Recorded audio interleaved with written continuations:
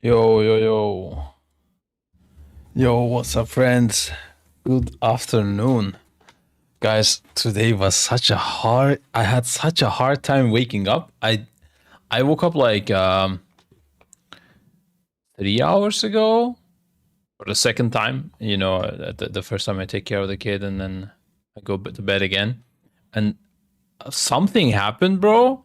I don't know what it is, but like my body just didn't function for like 2 hours straight properly. And it was so hard to wake up. It was the hardest thing, but I had to wake up because um, I had to drive my wife to her grandparents with the kids because they're like gathering there or whatever, and it's raining outside. Oh, what the fuck did I just do? Apparently, you can with arrow keys move in OBS.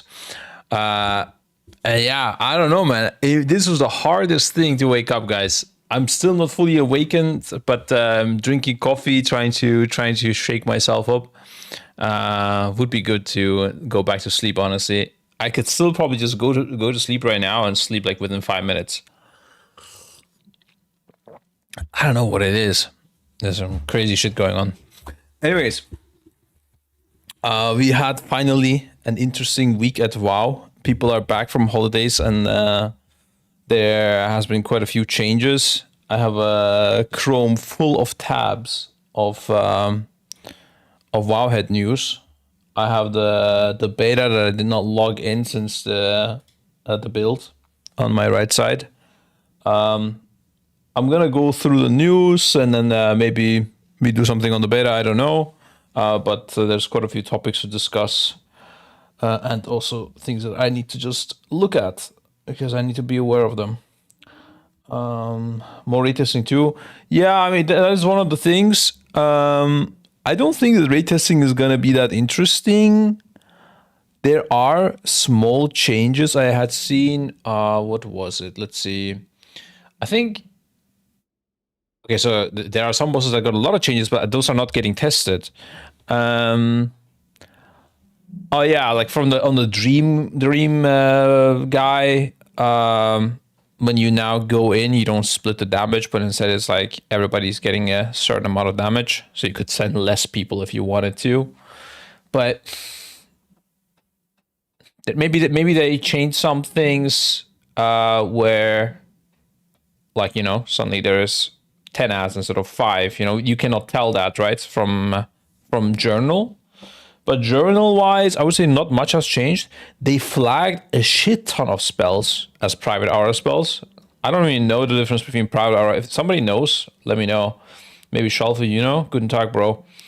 Also, hey, Steel Suit as well. Damn, that is a boring emote. We need to improve that. We need to turn that into like a scribe face. I'm gonna do one now, and then we turn it into that. Okay. So scribe hey into this. All right, we got it now. I don't have stream markers, bro. What is happening to my stream deck? It's fully dead. Oh, I didn't open it. That's why. Let's just open it and then. There you go. This should work. You can have regular debuffs, or you can use private aura sounds. Private aura, you can use private aura sound. Wait, so private auras are now better than normal auras? Like you can do more with it? Am I understanding that right? There's no way. So private auras are like public auras. Oh, Jesus, bro. Things are getting out of control. Okay. That sounds very scuffed. That sounds ultra scuffed.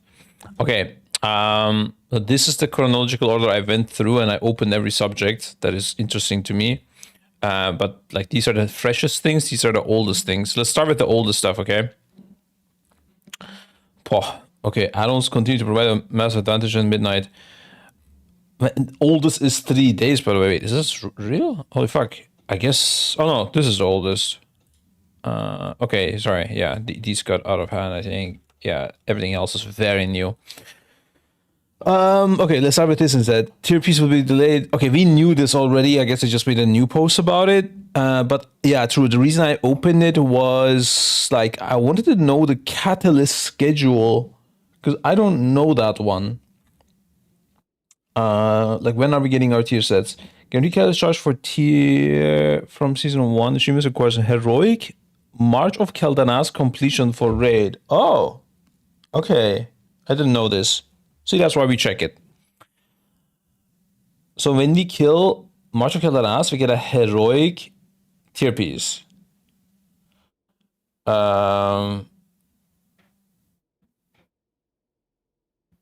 Also, seeing them type like this, I actually didn't know this as well. Mythic Plus is only available on the Mythic week, not in Heroic week at all. Is that right? You can get your tier piece in advance, reaching 1.6k in PvP. What? Wait. Comes one of the following feeds in season 1? Guys. But you can also, this is, wait one second, I'm gonna read this first. Astronomical players can pursue a guaranteed tier set by completing this, acquiring a milestone from either M+, or despite one of the criteria listed as heroic dimensions. Data mining currently points to a heroic or mythic midnight fall skill. Okay. I don't know. I think that data mining maybe just sucks, bro. I don't know. That would be quite weird, right? Like 1.6k PvP rating, or the thing that releases 2 weeks after. I mean, what the fuck? There's no way. I think I'm saying that data mining is just wrong. Due to the delayed release schedule, Heroic will not be available on March 31st. We know that. Previous optimizer strategy 2k. I mean, maybe key as a content is available for. How easy is it to get 2k M plus rating? 1.6k PvP is like, are you 1.5k baseline MMR? Like, this is like, you have to be able to press 3 buttons or something. All +8. Okay, this is also, I guess if you really dislike PvP, and I mean, you're gonna do M plus anyways. So, I guess you can do this. And get also other gear along the way. Yeah, I guess we wouldn't do this, right? For our own characters? I don't know. Not sure what the plan is right now, but well, I guess the plan is to just kill it on Dimensius on Heroic.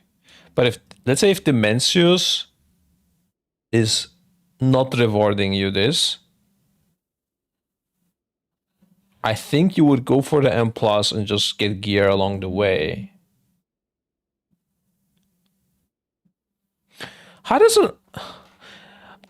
Sometimes they reset the MMR, by the way, and sometimes they don't. How does that work? But I mean, even if they don't reset the MMR, you have like 3k MMR. I mean, there will be some sort of soft reset anyways, but sometimes they keep, like, they do a soft reset, but they don't do a hard reset on the MMR. In the past, expansions were hard resets, but I don't know the last 2 expansions because we didn't need to care about PvP. How's thank you for the sub, bro. Hossa1 just subscribed. Oh, look at me going berserk, guys. How do you like the new stream alerts, by the way? This was surprisingly a lot of work for me to set up. But I was like, fuck it. I don't stream today. I'll just do this. It was one of the weekends. Do you know what's happening with the race this time? Of year, please. Yeah, a lot of people are asking this. I don't know. Maybe I should just post like a tweet just to explain, because I keep seeing the same question. It is, or maybe we should make a command on the stream as well. Yeah, that makes sense. We're gonna make a command for this. But the TLDR is that it doesn't affect much. The only thing is on Mythic Week 1, we may kill Illyria before the week ends, in which case we will have extra time until week 2, which we would probably use to run splits in Voidspire. And also the Dream Rift boss. It's been a long time since. Yeah, it has been. It has been. Yeah, I didn't even have anything. Like, nothing worked. Some of them, I don't know why it even works now. Like, I was then I tried to like do it in the perfect way and realized that is incredibly complex, because you gotta get something called streamer bot, and then you can set up everything manually in one place. But that was too much. Right now, I have like 3 different browser sources: one for alerts, one for the calling logok and trigger fire stuff, and one for the TTS. But the main thing was stream alerts, anyways. Like, I wouldn't even see when I get a sub. It's kind of weird not seeing that. But yeah. Okay, jumping back to the release schedule. So week 1, the only weird thing is basically like it's the same thing as the last expansion release, Nerebar Palace, Heroic Week into Mythic. The only difference is that week 1, we might kill the, let's say, Silken Court, and then have nothing else to do. And then that would mean we just run M+, or run another split of the raid.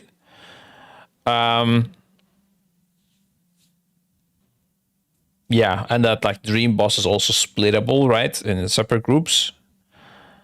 But I would say it's only a thing we do if like we hit like an incredible wall, or if we manage to defeat the last boss on Void Spire. My guess is that we won't even be able to kill it. My guess is we're just gonna, is like nothing is gonna matter essentially. That's my guess on how this will play out. A lot of people think like, oh, what if we kill Void Spire and boss in like 4 or 5 days? Like, there's no way, bro. Think that just was over. I don't think so. I think it may die on day like 6 or 7, but I think it's unlikely. I think it's going to be a case of like Nexus King, where, I mean, to be fair, I don't know enough about itemization and power-ups like that, like, you know, how it's going to be with crafting and stuff, because last time you delayed your craft, which led to all this thing where on Nexus King suddenly like we found 30% of DPS, you know, type of thing. I don't know how that's going to be next time, but still, like, I think it will be, it's definitely not going to end within 5 days. I think Blizzard also has been increasing the difficulty of earlier bosses in the last few tiers. Like if you think of Styx, if you think of even like, not for us, but let's say Reek Reverb, right? Even that one. Sprocket Monger, One Arm Bandit, like they all took some time. Plus first day of Mythic is going to be probably some splits anyways, on Heroic as well. Bro, which one was? Oh yeah, Araz, yeah, Force Reaver, exactly. We call it Araz, Force Reaver, you caught me off guard. Yeah, so I think it's unlikely that we kill in like 5 days and have nothing to do. Maybe 6 or 7 days. Yeah. I don't know. I don't think so. I think Alaria will be harder than the bird boss of the last raid, and then I think the second week, like, we kill maybe Alaria and then go to the bird boss, or maybe the bird boss is super easy and then we go kill that and go to Alaria. Also get some power ups from killing Heroic Midnight. What's it called? Lura, like from the last raid, and get some power ups for Illyria. Get the tier tokens and everything. Yeah, that's my guess. But yeah, either way, like at worst, it's super easy. Week 1 finishes in like 4 days, and then we have 3 days of nothing into last raid releases. But like this is not a, yeah, it is not a case that is likely, I would say, looking at everything. Okay. So full week earlier, yeah, 2K and plus rating. For the break, you can venture into the race PvP with absolute areas reward on March 17th. So apparently you can go and get rated PvP. Wait. So the PvP season begins a week earlier than the M plus season? Is that real? Ay ay ay. Is that real? Oh. I take it back what I said then. Do I take it back actually? This is super weird. And let me explain why this is weird, okay? Wait a sec. So this is heroic week we're talking about. Right? Yeah. Okay, no, I don't think it would change anything. Well, no, it would change something. Okay, yeah. So once you know your mains on the heroic week, I would say like a lot of people will know. Some people might not know until Mythic Week comes out and like maybe like 4 or 5 players, especially on your alts, like which of your alts is gonna be the second, like the best main of those. Let's say if Jinji has a mage and a hunter. He's main mage, but we also are gearing a hunter for him, and then we don't know which hunter is the best because we might gear any of them up further in the second week.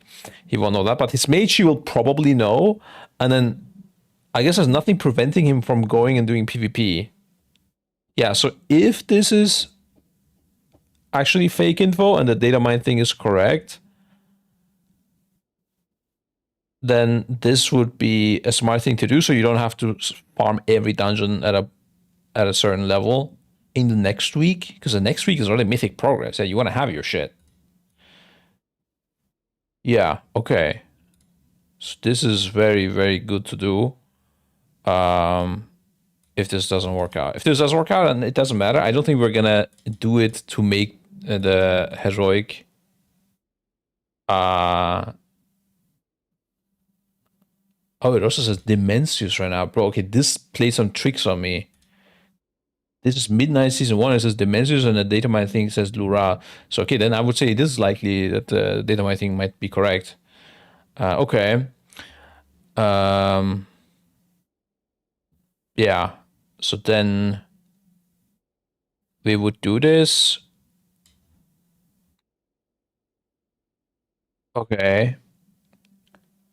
So we get 1 catalyst from there. A current user and the company power boost from the set bonus will slightly more difficult season 1, while all 5 tokens will be available for the release of Voice Spire and Dream Rift.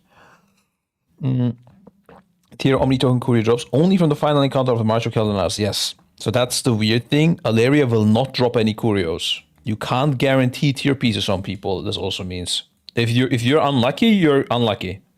Even if you're the best player, your team cannot save you. Unless maybe your tier set is not that good. That could be a play. That's only from Liquid and Echo versus each other BGs. Let's fucking do it, dude. Combine this with a new... I actually don't know why RBGs are not more competitive and more, like... doesn't get more viewership. I think...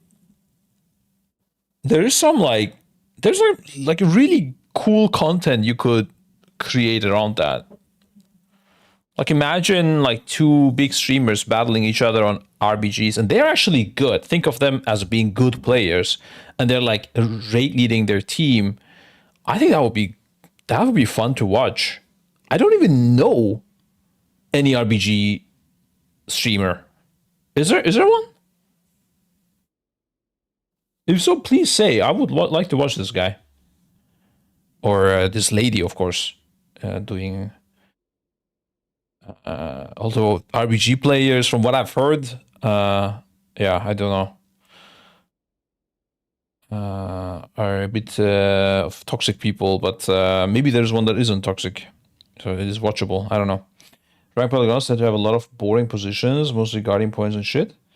Yeah, but it's the comms that are going to be interesting, right?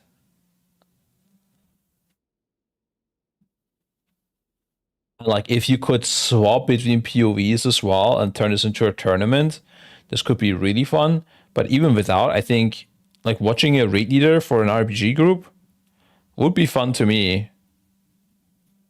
But yeah, I don't know. Anyways, combine this with new tier set token groups based on armor type. You might find type particularly scarce depending on your guild composition. They just looked for it. That is so funny. Combine this with the new tier set token groups based on armor type. So I will take the bait and click it. And I know the tier set token groups have changed, But this does not affect your like chance of getting a tier set. It's just like they just wanted to link this article, which I respect the hustle. I respect the hustle, Wowhead. Like they could have just said like depending on your guild composition, you might not get a chance to get a tier piece, you know. But they wanted to link this article. I see what you're doing, and I want to support it. I click that link. Yeah, and let's check it out one more time. So there will be just armor types. Yeah, it's just armor types. This is some fake shit that's data mined to be just. That is really interesting. So the leather tier pieces are gonna be rough to get, that's for sure. Everything else a bit easier. And then in general, you also don't play that many warrior paladin DKs. So I would say this is gonna be the easiest one to get. Man, the leather one is gonna be rough. Mail is also, I would say mail is second easiest to get tier pieces on. Then it's cloth, and then it's leather. Like, what the fuck? How do you get this tier piece? If Resto Druid or Mystery Monk are good as well, or a Tank Monk, poh, I think it's rough. With the DH spec being new as well, I mean, just give it to the DH. He has a new spec, unlock. If I was Rogue Monk Druid, I would quit right now. I'd just go Paladin or something. Red Pala. DH should never have been leather. That's true. I agree. Bro, didn't they release like 3 leather classes in a row or something? That was some weird shit. What was it? Was it 2 only? They released Monk into DH?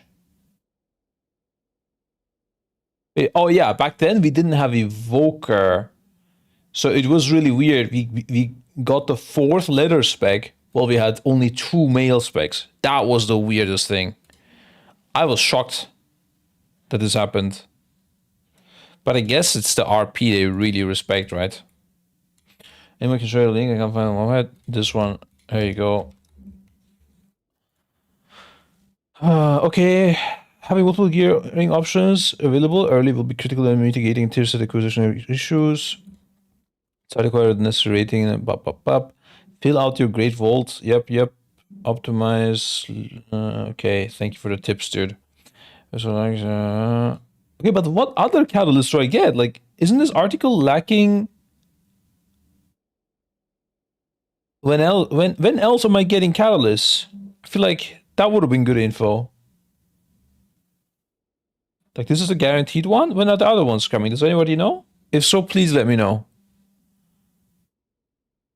Cloth is free? There's no way, bro. Mage and Warlocks?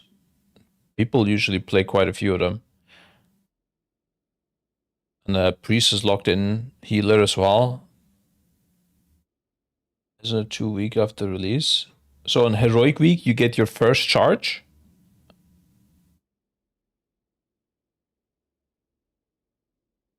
And then you get the next one. On second Mythic Week or what? Yeah, we need Stint here. Okay. Quick topic change while we wait for Stint, if he even arrives. It was sending the stage for everything 2 weeks, I think it was. So if you got, I mean, you're not gonna have, when March of Keldanas opens, is gonna be fine. Because you have Curios, you re-clear it again, you get another catalyst charge. Like, if you didn't get a tier piece still, your guild just hates you. Let's be real, guys, okay? Like, just go for PvP or something. But aside from that, it means you basically need to get just 2 tier pieces from loot or vault, normal mode, heroic mode, to be able to get 4 set. Okay. Anyways, there's any stage for StarCraft. Apparently, there's some like StarCraft FPS game or something like this. Is it just rumors? Oh, there is most likely going to be. Oh, here, Windows Central said at BlizzCon 26. I thoroughly expect to see new expansions to be for Diablo 4. Expansions. Okay. Alongside World of Warcraft's The Last Titan, we should also get major updates on Overwatch and Hearthstone and potentially other new mobile game reveals. There has been long held rumors of an Overwatch mobile game on the horizon, for example, and I've heard another Warcraft mobile game project is in gestation. As long as they sponsor us with that game, I'll support it. The headline for BlizzCon 26 is most likely going to be StarCraft. It was previously reported that StarCraft is getting the third-person shooter treatment. What actually happened to Warcraft Rumble, by the way? Is this still a thing? I don't know. We were sponsored by Warcraft Rumble. I thought the game honestly looked nice, like graphics wise. I haven't played it, but it looked nice. I don't know if it was even pay to win or anything, but it looked nice. I don't know. It looked fun. I don't know why that didn't work out. Surprising. Fun, but instead already they pulled the cord. I think maybe the issue is that like Warcraft fans are not kids. I don't know who mobile gamers are though. I don't even know their demographics. Like, are mobile gamers mostly kids and like younger guys, younger people, or is it also older people? I feel like the older people like do play Candy Crush and stuff. My age, no way. Is Asians? But at what age? Oh my god, that sleep thing is still ongoing. Wow, it's crazy. Okay, it's a mobile market, all ages. Like here in like Turkey, I would say mostly kids playing mobile. Like kids play a lot. Working age people playing on their commute to work. I did used to do that. I used to play Candy Crush when I was going to the university or going to work. Actually, going to work I didn't. I think just going to the uni and back. But nowadays, it is funny. Like back then, when I was a kid, I never could have imagined that on my phone there will just be no games. Like I don't have a single game on my phone. That is, like it's really weird to me in a way. Like I feel like I should be just gaming all day, but yeah, I guess I mean I'm also working, so maybe it's because I work from my phone as well, so I don't have time for that. Anyways, the headline for BlizzCon 26 is mostly going to be StarCraft. It was previously reported that StarCraft is getting the third-person shooter treatment, and I confirmed these rumors through via my own sources a while back. Windows Central. Is there... for a third time, to make this famous game into a shooter. Will it succeed this time?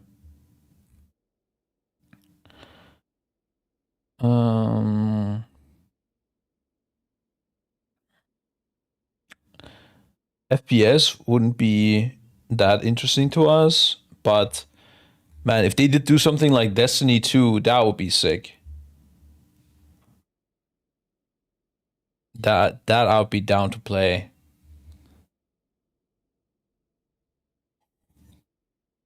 As you see, a third installment of the game would be while multiple StarCraft, because I don't think it's like locked in FPS, right? And they say third-person shooter, like Destiny 2 is also oh no, wait, third-person shooter. Wait, which one was third-person shooter? I'm lost now. Third-person shooter. Images. Wait, is this? This is first person. Yeah, so okay, I mixed up with first and third. Mass Effect? I don't know these games. I never played a third-person shooter, I think. Third person is like WoW, right? WoW is third person.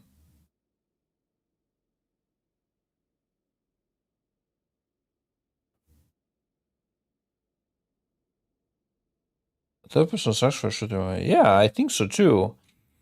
You just have that in Destiny when you go for a sword. When you're wielding a sword, it works. But for shooting, how do you even shoot properly when you're third person? That's so weird. Wait, is Fortnite like that? I've never played Fortnite either, but... Oh, this is crazy. Yeah, true. I never thought about it that way.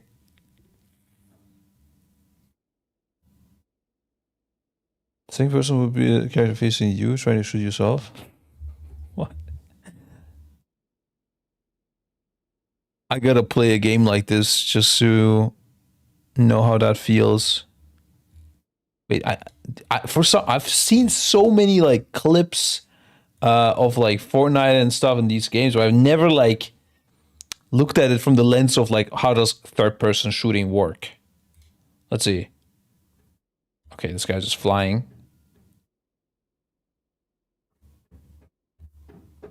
Go on and shoot.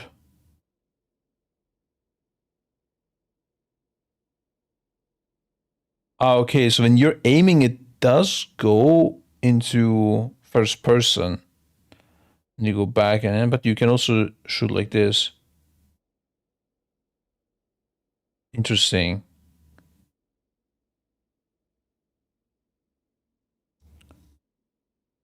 It shows you how you like that, basically fathers of TPP battle royales.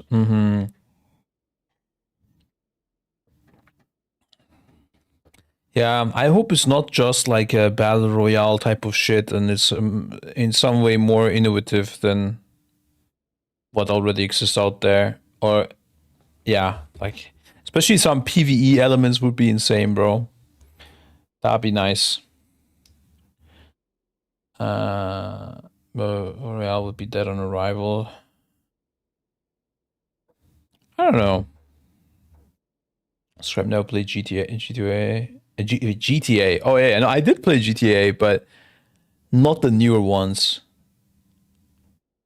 I think the like last one I played was GTA 3 or something. Now like 6 is supposed to go on. I don't know. Okay, whatever. We go next, guys. We go next. Okay, add-ons continue to provide a massive advantage on Midnight despite Blizzard's goals. Yeah. So the weird thing with Blizzard is like they said so many things.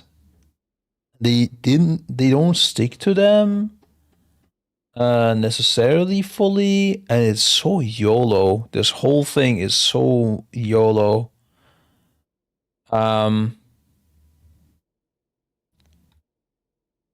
Yeah, they did say they want to make it so that add-ons don't provide an advantage and it's just like a preference thing. But like it's clear that it won't be the case, right? It will be an advantage. I think some of the stuff shown here, like when I see this, although I haven't checked the most recent build changes, I'm actually surprised I didn't find a single news post about like changes regarding the new build when it comes to add-ons. Maybe we gotta watch a video or something. But as not fully clickbait. Yeah, I know, like, for example, the nameplate coloring, it was doable, but it was an exploit. And the assumption was they're going to fix it. So I don't know how much of this is clickbait and how much is real. But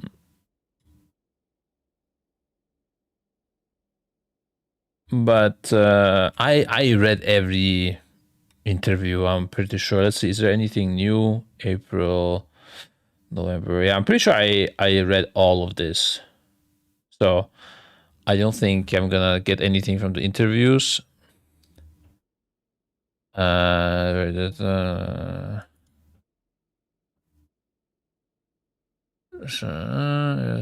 Continue to exist and just more frustrating to use. The only thing that are fully gone are dynamic assignments. The reason also things are more frustrating to use is that like the add-ons, they just don't exist yet. Like they're still being developed. They are buggy. Like these are the issues. I think once everything settles, once the dust settles, basically, I think things are gonna be a lot simpler, easier to use, all of that. And another weird thing is like you don't know what is possible. A lot of people just don't know what is possible, and then there are things that are possible, but it seems not intended. So you're thinking, you know, I'm not supposed to be able to use it this way. So is it gonna get fixed, or should I assume it's possible? Create an add-on around it. It's a very weird time to be alive. Like these add-on developers, I'm honestly surprised they're putting in so much effort. I think maybe they have like high hopes of getting like some Patreons going or something like this, because like they are putting in the work, and then Blizzard might just come in and say like, yeah, no, it doesn't work, fixed, dead. Like you don't know what's gonna happen. It's so weird. But yeah, the big thing is, this is the most OP thing, I would say. Reminder add-ons are back in action, almost no different than before. What you could do with them at the reminder tools before. Income announcement like case MRT timers. You can do the same with one of a couple new add-ons developed for Midnight. Add-on support for reminder add-ons is continuing, aided by development of Visceria cooldowns, which allows you to copy a note into the game. Yeah, almost nothing is changing on this front, and healers who don't like setting up a note beforehand and then having an add-on tell you in game are likely going to be sorely disappointed. Want the reminder to press defensive or hold your offensive CD to save it. You can still do all this and more at Midnight. One of the add-ons that some raid groups will be requiring is Northern Sky raid tools, which has functionality, and you can see the demo video in the below. Yeah, Northern Sky, I don't think we checked Northern Sky raid tools that much, and it may be something to look into. But yeah, the big thing is you just can't get reminders still. And Blizzard said already this is going to be fine. Like, they're not going to fix this. Not for the first tier, at least. And I would say, out of everything with the add-ons, this is the weirdest thing. That you can just tell people what to do at what time. The only things that you can't do is assign people to jobs on runtime. So let's say you get a debuff, or like 5 people get debuffs. You want 2 of them to go left and 3 of them to go right. You cannot do that. But if, let's say on the Dragon's boss, you have the gloom that needs to be soaked, or let's say you just have an assignment, right? You have like an assignment at 2 minutes. You want to pop an AMZ, or you want to mass script the mobs, or like a CC rotation or something. You see here, give iron bark, whatever you want. You can just say that. You can just pop it exactly when you want. You can also make a sound for it and everything. So the beep bop bops will continue, the air horns doot and everything. Yeah, it's very weird. I don't know why, honestly. I don't know. I guess this is some sort of trade-off that they had to do to allow for other functionalities, or they just don't think this is a big problem. It is not a computational assignment, so from their like initial messaging regarding that, it is true that computational reminders will not exist. So basically assignments. However, it is very far off from them saying add-ons will not provide functionality. Like the goal is that add-ons don't provide functionality that the base UI doesn't have. I think here is to level the playing field and do what we can do to make it so that while add-ons can still thoroughly personalize your experience, they're giving you an objective competitive advantage over people using the base UI. Like that is just, that goal is completely failed. Has super failed, ultra fail. Yeah, it can be in a fail compilation for 2026, I guess. yeah. Okay. Anything else? Reminder assignments. Assignment VCars are back, but they're a little different. Hard coding reminders are the new assignments in Midnight, as the current dynamic assignments are very dead. Yeah, exactly. They have to be things that are pre-assigned, which there are a lot of, by the way. A lot of things are pre-assigned in this game that you can remind, but you can't do on runtime stuff. I think the reason they may have done this also is to allow this is because third-party tools would have emerged that would do this anyways. So they may have thought, just, you know what, we can't prevent it, might as well just allow it. Yeah.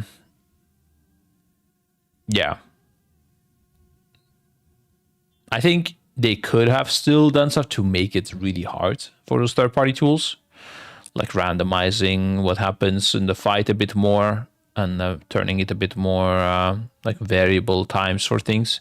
But you, in the end, I mean, machines are OP. You can always read pixels on your screen and make decisions based on that. And that would be pretty rough, I would say.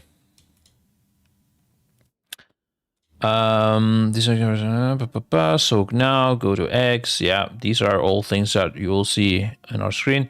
Assignment reminders for bosses are going to continue. So instead of a VCard pack, your guild will likely ask you to pick up a new set of add-ons instead. With the philosophy change in season 1 of Midnight, there's not many dynamic assignments, which means these type of assignments reminders even more useful.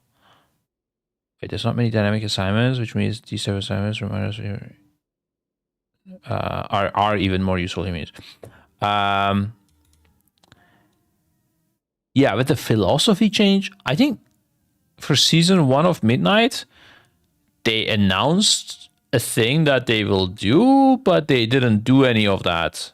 Like, the idea was, again, to make mechanics that are requiring assignments, runtime assignments that you solve using your eyes and brain and algorithms.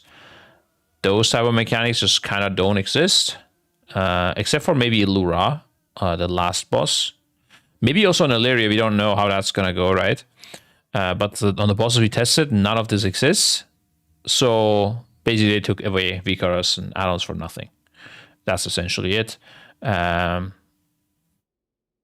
if they do things that do require those skills, then it would be very interesting in the future.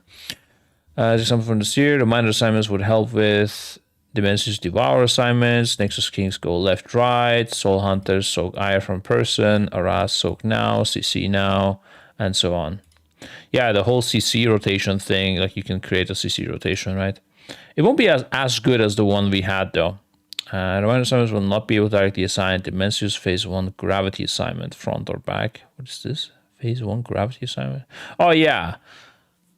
Like previously the triangle shape with the reverse gravity, when people fly up, you wouldn't be able to assign where each person goes. That's true. Fractals assignments, lanes, it could not do. Yeah, so Hunters intermission assignments.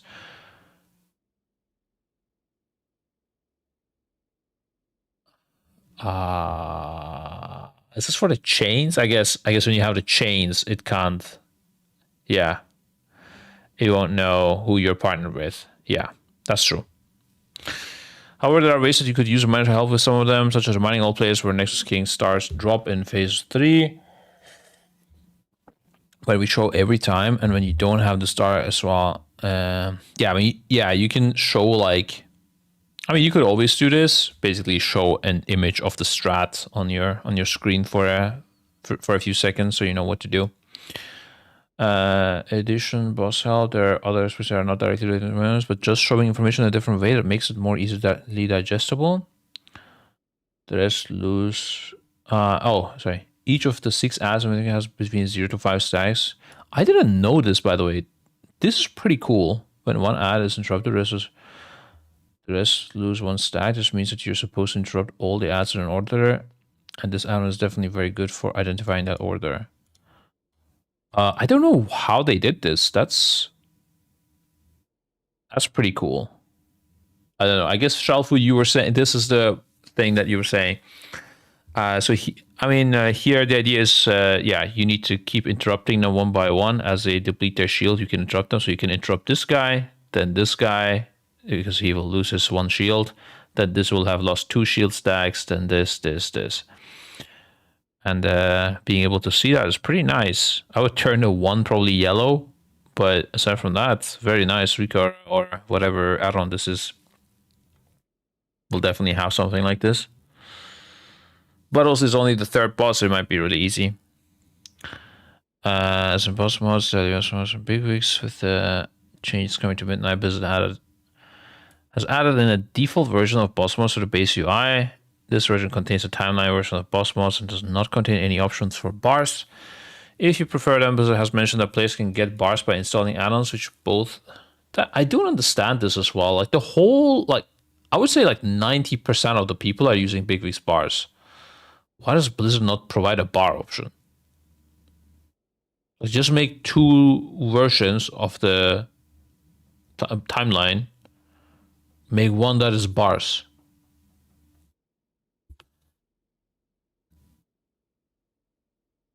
This is a unique example. You wouldn't be normally able to show this. Interesting. Yeah. Gotta discuss what makes it unique. Is it like the spawn order or something? Because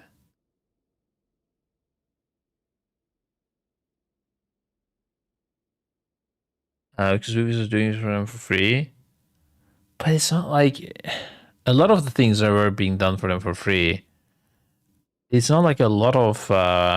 work also. Like once you have the timeline and you have that whole structure creating bars, I don't know. Is the stacks of the debuff? So you can somehow check the stacks of the debuff. Okay. I mean, that was the obvious answer, but I thought that you couldn't do. That's why I'm surprised, you know. Blizzard has mentioned that players can get bars back with containing secret values. Boss mods by default should not be able to filter out spells or timers. Rename spells or change, but that's all fake. However, and that's where we come. With add-on reminders, players are able to create their own timers from scratch. This allows players to add any custom timers, sounds, rename any abilities as long as they know the boss script. The only hurdle that makes it this difficult is for bosses with multiple phases, as if you don't push at the exact time you code for, your timers will be permanently off. Yes, exactly. Players have found a workaround, and that is the ability to track when Blizzard sends new timers to their timeline, while boss mods are not able to track what timers got sent by the server. Analysts are able to ping and identify when a payload of new timers are being sent, and when are new timers being sent on a phase transition, and can adjust timers dynamically. So this is the thing I'm saying. Like, Blizzard is not giving you the info about the spell and their CDs.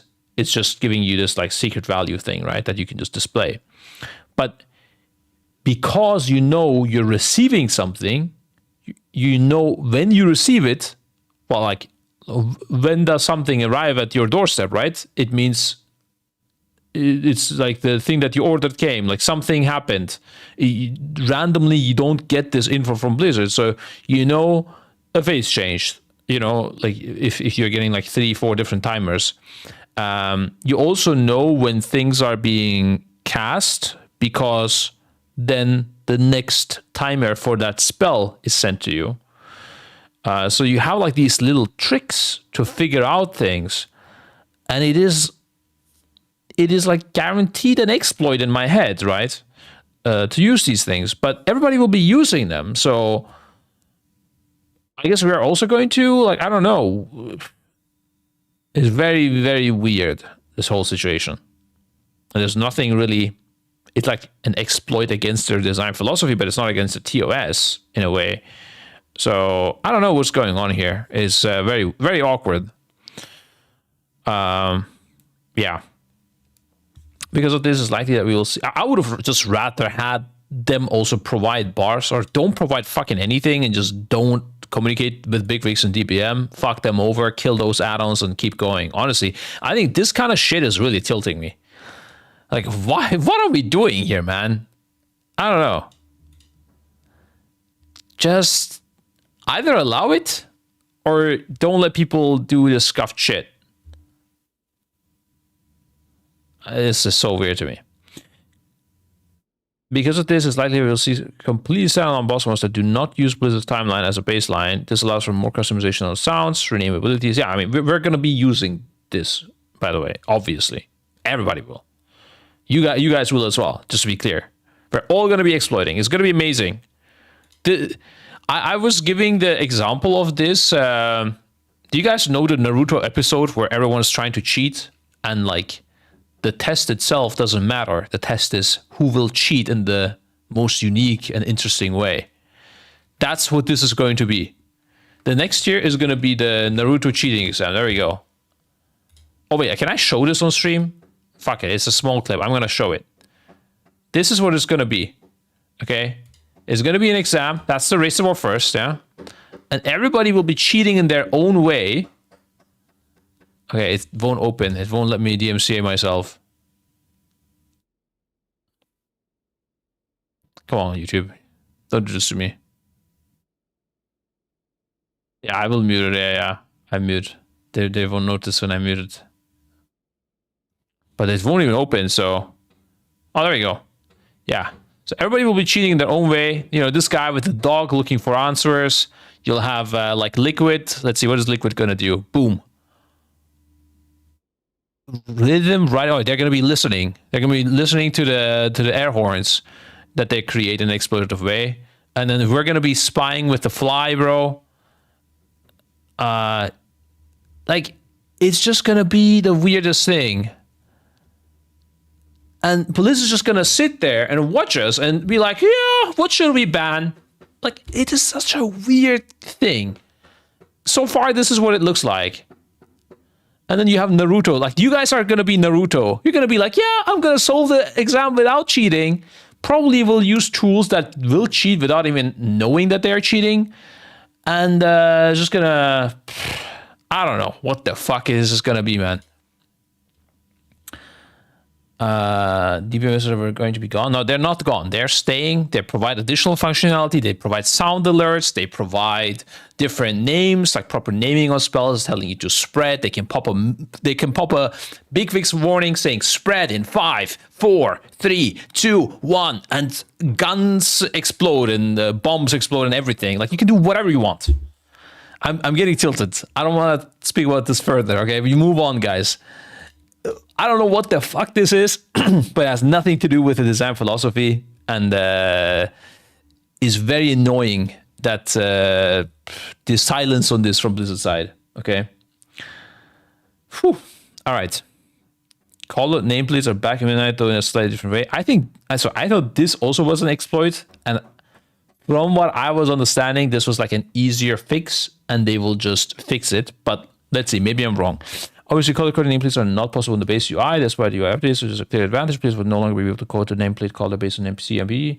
But based on different general criteria, these changes still allow players to identify important mobs and interrupt, which is clear advantage and plus. Okay, I think this will be fixed, to be fair. That's what I was like hearing. I don't know where it was communicated, but I think it was communicated somewhere. So I do not care about this. It does not tilt me, okay? Unless it does go through, I'm going to lose my shit, guys. If this still works on release, I'm gonna lose my fucking shit. Okay, I'm gonna flame, like, I'm gonna be like Tyler 1 yelling at the screen. This is gonna be some crazy shit.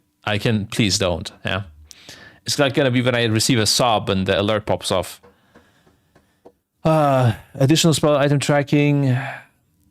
Yeah, while weakers are being removed, Midnight players have found a special way to track cooldowns of their items and spells in a weaker-like way, especially for an item spell that is not tracked by a cooldown manager. Take a 5-minute potion cooldown or trinkets, for example. If you want to track cooldown of this, there's no way to do this using the default cooldown manager. Okay, a little bit exaggerated. You can just put it on your action bar and you can track it, okay? It's not a big deal, but I'm guessing with this, like, you could create an alert, like your trinket is coming up soon, or I don't know. Like, make the button disappear if your health stone is on CD, or your health pot is on CD, or what, like a little bit additional. But honestly, I don't think you need any of this. Just slam it on the action bar, and you're fine. Like, I guess, like, you could like, that's what I like to do. I like to desaturate things when they're on CD. I don't know if you can do that with action bars.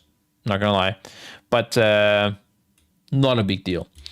I haven't found an insane use for this personally, but you can do it. It's true, and it's an additional functionality, a little bit of a tilter. Players have discovered that there's a way to hardcode around this limitation, as add-ons can see when you cast a personal spell or item. If you know that your trinket has a 2-minute cooldown or your potion has a 5-minute cooldown, you can start a hardcode timer with that length with an icon with which acts as a sort of Vikora. This should work in 99% cases. True, that's another thing. It can be buggy, except for things like cooldown reduction, slow fast time. I think when your cooldowns reset for whatever reason as well, sometimes there's things like that. Like, I don't know what happens when an arena match, you enter one. Like, does that reset it?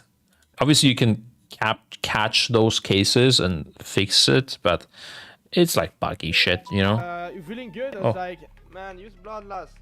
Hello, Lorgok. We're like, okay. You guys don't know the Lorgok story, right? There's like a whole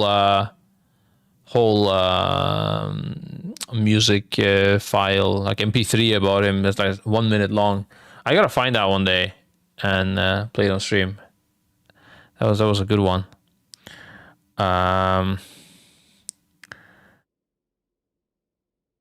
Okay. Yeah, and also if they just put the spells into the cooldown manager, then you don't need this either. Like, I don't know why the health pot is not in the cooldown manager, or your trinkets. Obviously, your trinkets should be in the cooldown manager. I don't know, but whatever. As of this time, there are a couple of standalone add-ons in development to my knowledge, but they're not completely released at this time. Targeting spells. One of the improvements that has come out recently is targeted spells. This add-on isn't as advantageous as the rest, but the goal of this add-on is to make players aware of when they are targeted by a spell, and Midnight Prepares players are targeted by a spell can automatically receive a TTS alert with the base UI. This add-on improves on this functionality, giving players a better and more customizable way to know when spells are on you with the removal of Vikoras. That is pretty interesting, yeah. That is pretty, yeah. Is understanding this add-on a lot? It's hyper OP. I mean, for M+, this must be like really like mandatory, right? You see what I did there? Mandatory. Shout out to my boys. No, but like if you're getting like targeted by, I mean, there's less spells like that apparently now, but if you get this targeted standard water bolt, lightning bolt, and it's targeted on you, it's huge, right? Yeah, you know, you need to personal. If you hear 3 of them coming and you don't have a CC in the group, you're like, oh my fucking god, you know, you better fucking invis, hide, heartstone out, leave groups, do something, or just use a personal. Yeah. Okay. So I knew all of this except for this targeted spells thing. That's news. And this thing here, I did not expect. That's some crazy cook. Everybody should have this. Very strong. Honestly, seeing all of this shit after this sentence is ridiculous. The overarching goal is to even the playing field, and they aren't giving you an objective competitive advantage over people using the base UI. If you read the sentence, you're like, oh, I'm going to use the base UI going forward. God dang, like the POC champ, I'm going to be a free man of add-ons. Like, you go there, you know, into the M+, everybody's playing with like a billion add-ons telling you when they're targeted by things, coloring their nameplates, reminders from when they use shit. Meanwhile, you just suck. Yeah, that's quite sad. But enough flame. We go back to happy things. Major class and hero talent tuning. Okay, we just check mage if anything interesting happened. Okay. Searching for mage when everything is a damage changes is not the optimal thing to do. I realize, guys. 118th things found. Okay.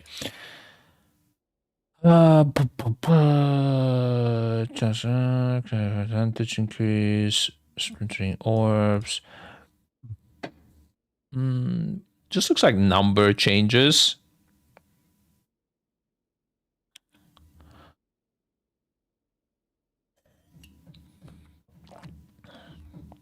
Looking at all these talents, man, it's honestly amazing that they managed to balance this in some sort of way.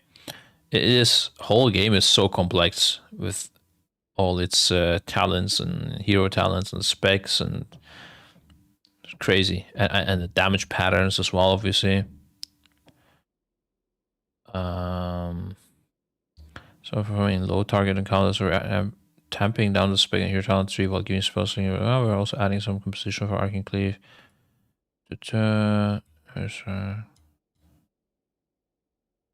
Remote servers are not hindered.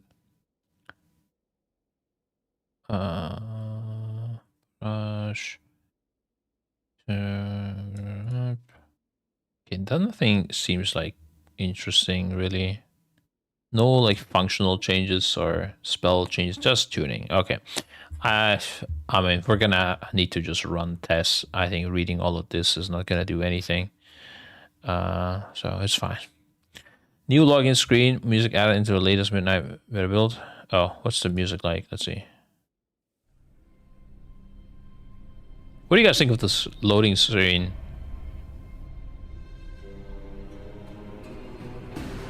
Oh shit. Oh wait, it's loud for me but not for you guys. Let me adjust that.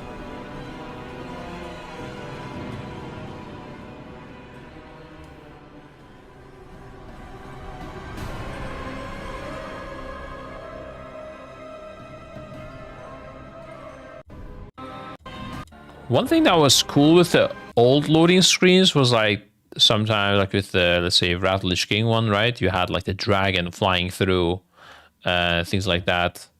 There's like nothing happening in this one. That's the one thing I would criticize. I like the old one better. Honestly, I think I prefer the old one as well. But I don't know. My guess what will happen is that this will change after like a patch. Like maybe this whole place becomes like voidy or something. Like they take it over. Like they will tell a story with this is the feeling I have. But I don't know. Honestly, don't care too much anyways. But yeah. It's definitely not the best one. I don't think it's horrible either. It's all good. Yeah. No extreme views on this. Again, data mine tuning changes. Are there any like? Actually, I'm seeing the boss changes anyways. I guess I'm not. It's fine. Whatever. Yeah, just made some blizzard damage meter. Okay. The in-game damage is selecting damage done or DPS now displays both metrics, with the non-selected metric displayed. Listen in parentheses. Yeah, I mean, that makes sense. Damage and healing numbers. I think it does like not show. I guess it was not showing the DPS before when you selected damage. That's some crazy shit.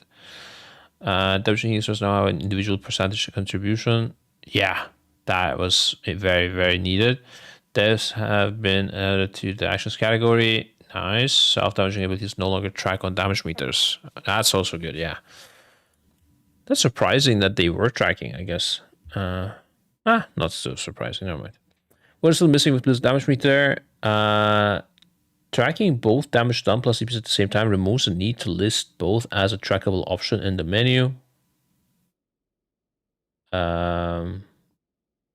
Okay, whatever. It's just menu stuff. Total damage done by your character reflects as 100%, which feels counterintuitive. What? Total damage done by your character reflects as 100%. It's not because he's the only one in the group. Like, if there was two people here, you know, they would be around 50% each if they do roughly the same damage. How's that counterintuitive? I'm confused. I guess if you're alone, it shouldn't say anything, maybe? I don't know. I don't know what they're talking about here. Total damage on your character, please 100%. Surely it doesn't just say 100% when there's other people in the group. I don't know what this is talking about. So only addon not working is weak, or other all still there? No. Bardio, you missed a lot of things. Sounds picked up for minions and pets are displayed at the bottom instead of being mixed in. That's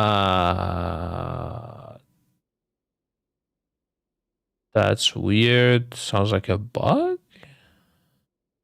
Enemy damage taken metric is still missing. Oh, that's a big one. This one was so important. I have this the whole time on my screen.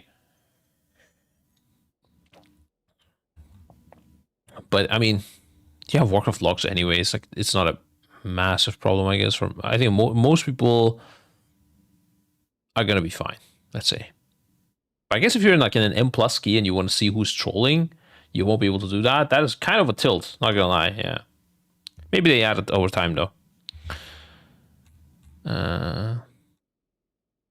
Okay, next. Great Vault reward scaling reverted to plus 10 on Midnight Beta.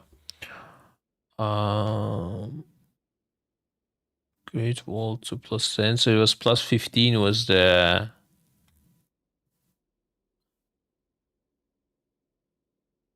Oh, they're up to plus 18 even. The 4 out of 6. Oh, and then they just reverted this.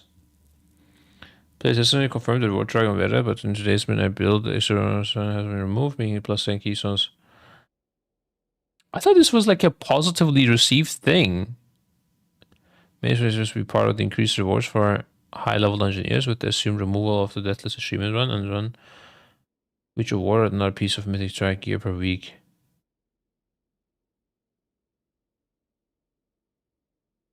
Wait, I don't even know about this. Deathless Achievement and run. Many players expect to be part of the increased rewards for high-level engineers with the assumed removal of the Deathless Achievement and run. No, achievement run. This sentence does not make any sense. I don't get it. But I didn't even know about this Deathless Achievement run giving you another piece of mythic track gear. Oh! The Tesavesh. Okay, now I get it. Oh, okay, like because that is going away, they thought this is gonna be a reward for them. Yeah, I don't know why. Was there like any communication for why this was put in and why is it taken out? I'm a bit lost, honestly. I've also thought people see, do they have stuff from outside users as well? Or is that such a limited user base that you're the most screwed now? Man, outside readers are kind of screwed, but at the same time, you could technically cheat and do some things. And what are they gonna do? Ban you? Like, I don't know. It's a bit weird.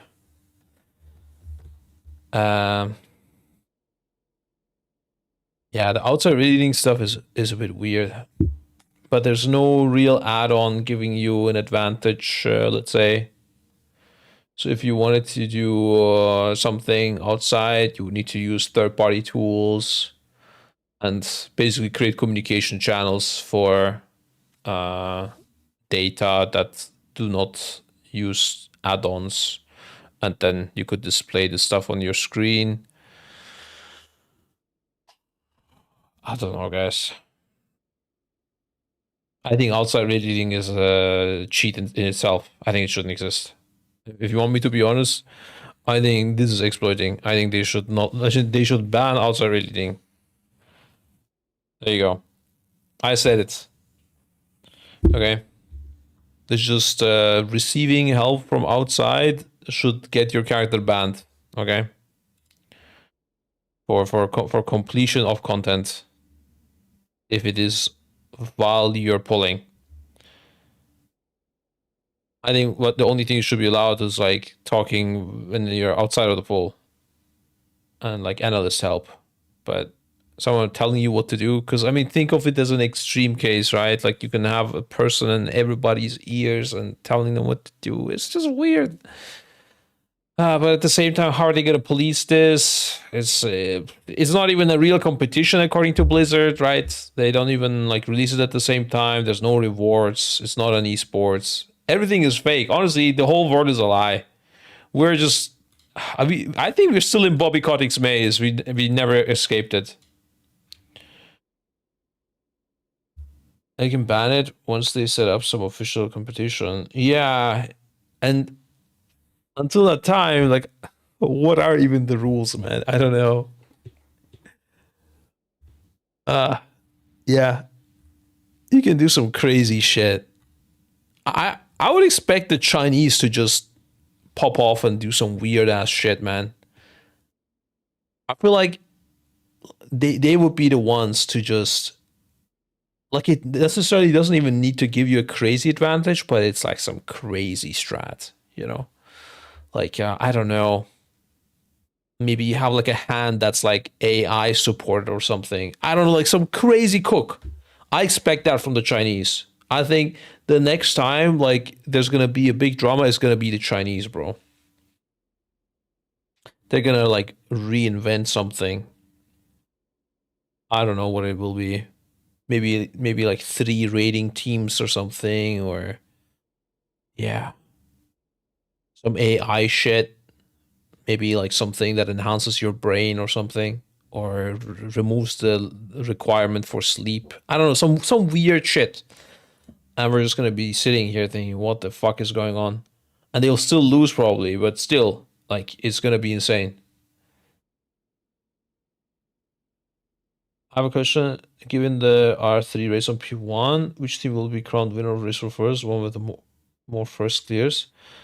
I think the dream guy will just die, like, kind of randomly. I think the end boss is gonna be the main or first thing. I think Ilaria will matter as well, but I don't think it's gonna be.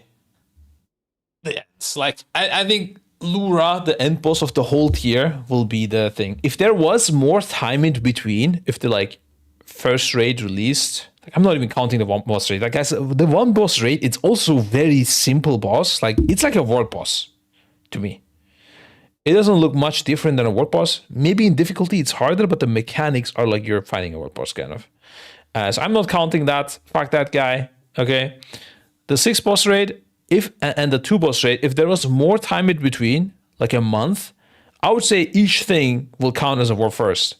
But the way it is right now, I think the end boss of the tier is gonna be the one determining war first. Like war first race. That's gonna be what it is. That's my thoughts. And it's gonna feel like that as well, is my thinking. That's right, AI tools scanning the screen for information, giving you the info you need as an overlay. That's not seen on stream. Yeah. Yeah, I mean, you can do things like this, yes. And I don't know, guys. I don't know what to tell you, yeah. I don't know what we're gonna use. We're just gonna check with Blizzard. Like, I'm very open with this. The way we handle things since the War Within. Yeah, since the War Within, the first tier of War Within, when we notice an exploit, okay? Because, okay, you could argue like, oh, Scribe just never exploit. But that just does not work, okay? Because there are systems in this game that are clearly not intended, and people are using it to gain advantages, and there is nothing being done about it. Example, split runs. Split runs are not the way you're intended to play the game, but where everybody's like on the top end, you're doing it, and nobody's gonna get banned for it, clearly.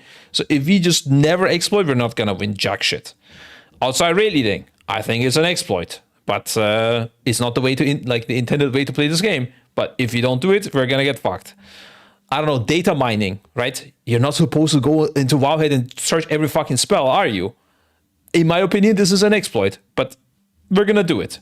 So, and like, there's also opening up a sandbox is a thing as well. Maybe that is a bit more of an exploit. I don't know. Maybe they don't give a fuck because people are doing it like for many reasons. To like enter the world, see the raid, see the rooms in the raid and everything. Like that's how raid plans got the last boss, you know, like before you can even log into the beta, like things like that. I mean, okay, I'm assuming that's how raid plan does it, using a sandbox, because how else do you get these pictures from those angles? But I don't know. TLDR, okay, exploits will exist. People will use them. So the question is, what exploits do you use and what don't you use? And the way we handle things is, if we do notice an exploit, the first example of the War Within, oh no, there was many examples of War Within actually, never mind. There was like the whole reputation stuff and shit as well. But when we notice an exploit, I go to the our first Discord. I'll ask Blizzard. I will not ask it in the general chat. I don't give a fuck of giving info to other guilds. Okay, I will just ask Blizzard in our channel. Are we allowed to use it? Like, in fact, I will say, we think there's an exploit. If you don't tell us to stop, we will use it. And then, depending on the exploit, we will have to make a judgment call of how quickly we need to respond to the situation. Sometimes it can be like, if we use it, we can kill it next pull, right? A boss. But how big is the exploit? Like, is it about, I don't know, maybe it's about, like on Sylvanas, we had people all well fed by combat wrestling, all of them before combat. Is that an exploit? I don't fucking know. Nowadays, I would ask Blizzard, but I don't think it's a crazy exploit. I would use it at the same time. I would be like, you can give me your response, but I'm not going to fucking wait for days for it, you know? So depending on the exploit, we wait a certain amount of time. That judgment that has to just be smart and will be done by us. And if they don't want it to be used, they just got to respond faster. I don't care. And but if they do say stop, we will just not use it. And we will never use anything without telling them, you know, unless it's like a public thing, obviously, and like, you know, maybe like a talent doesn't work on, because there was like many talents that didn't work properly in the last year. Some of them gave you like double value. Sometimes they give less value. I don't know. Like these, like nitty gritty, I wouldn't get into, but I'm talking about like bigger things. We would ask them for everything, and that's how we handle it. And yeah, with other things like this, like add-ons, you know, can we use a third-party overlay? Like we just ask Blizzard. Hot take, why do people rage bait streamers only too? What? Am I getting rage baited? I don't think I'm rage baited. Oh, did I? Only to what? I'm so lost, bro. But, oh, was this a rage bait? This TTS? I don't know. I don't get it. Anyways. Yeah, so that's how we decide how we use an exploit or not. Just so you know. This is the in-processes for within. We used it for reputation stuff. I mean, okay, Gingy got banned and like 2 others or something got banned. No, it was actually like 5-6 people got banned, but a lot of them were actually banned by mistake. People don't believe it, but we just multi-box on expansion start, and they weren't aware that they're getting multiple rep, and they still got banned. I mean, Gingy was, I think, intentional, but that's a separate topic. Maybe like 2 and 3 of them were cheating intentionally a bit, but the others weren't actually. There was the Nerobar Palace, for example. First boss, Tank Trinket, was really OP for DPS as well, and it made them immortal. It gave them like millions of HP. People ended up using, like other guilds also ended up using it in the race. I think we were one of the first ones that noticed it, and we asked Blizzard. They didn't reply. Next day, we started farming the trinket. I don't know. Yeah, this whole add-on thing prompted a lot of questions. The BOE farming, there was ways to quick reset the raid, and you could go out and in and basically immediately reset trash and farm BOEs. The Chinese were using it. We asked if we can use it. We didn't get a response. We decided not to use it, I believe, because also I think Liquid was not doing it. And we're like, we don't need to waste time with this if they're not doing it, you know, it's fine. But we did at times, like we naturally reset it, I think, because it was in our eyes too big of an exploit, I think. Actually, yeah, it wasn't Liquid. It was because they didn't do it at all. What we did was when we were clearing Nerobar Palace, we took breaks for 30 minutes doing an M+, weaving it in during the re-clear, I think, and increasing our chance of getting BOEs. But we didn't do the instant reset because that you could exploit it quite a bit and like gain actual good gear advantage. We didn't want to risk anything like that. Yeah, just a bunch of these exploits. I could scroll the channel. There's tons of things we alerted them for, used if they didn't respond. Yeah. That's that. Was there any that they told you stop for? Yeah, I mean with the add-ons things, definitely had to clarify a little bit what is allowed with like third-party coding stuff and things like that. Reputation, yeah, they did tell us not to do it. The funny thing is, like, I linked them a clip of me doing it to prove that it works. So technically, I'm like clipping me exploiting in the game to them, and they're like, "Yeah, do not do that." Okay, I want to, but it's my character that, like, my reputation was super low anyways. It was just to show a proof of concept, you know. I had to show them something. Yeah, it was a self-report. But they ended up just banning people that are above a certain rep rather than people who actually exploit it. So it didn't matter for me since I didn't farm any other thing. I don't know what else they told us to stop for, but I'm sure there was a couple things. Thank you for showing us. Now take a month break. Wait, showing what? Dirt farming. Dirt farming in Dragonflight. Oh, in Dragonflight we didn't do this, so I don't think we ever asked for permissions on Dragonflight. But after War Within, we just implemented the system, and I recently updated it. There was like a small addition to it. I don't know what it was, but do you know if it's still legal to add custom picture files to the game? Legal?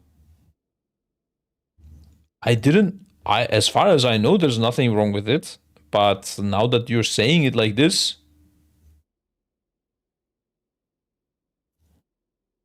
iMorph. Wait, iMorph, isn't that the thing that changes your character transmog and like you can change things? I think that was always against US. It's just they don't take any actions.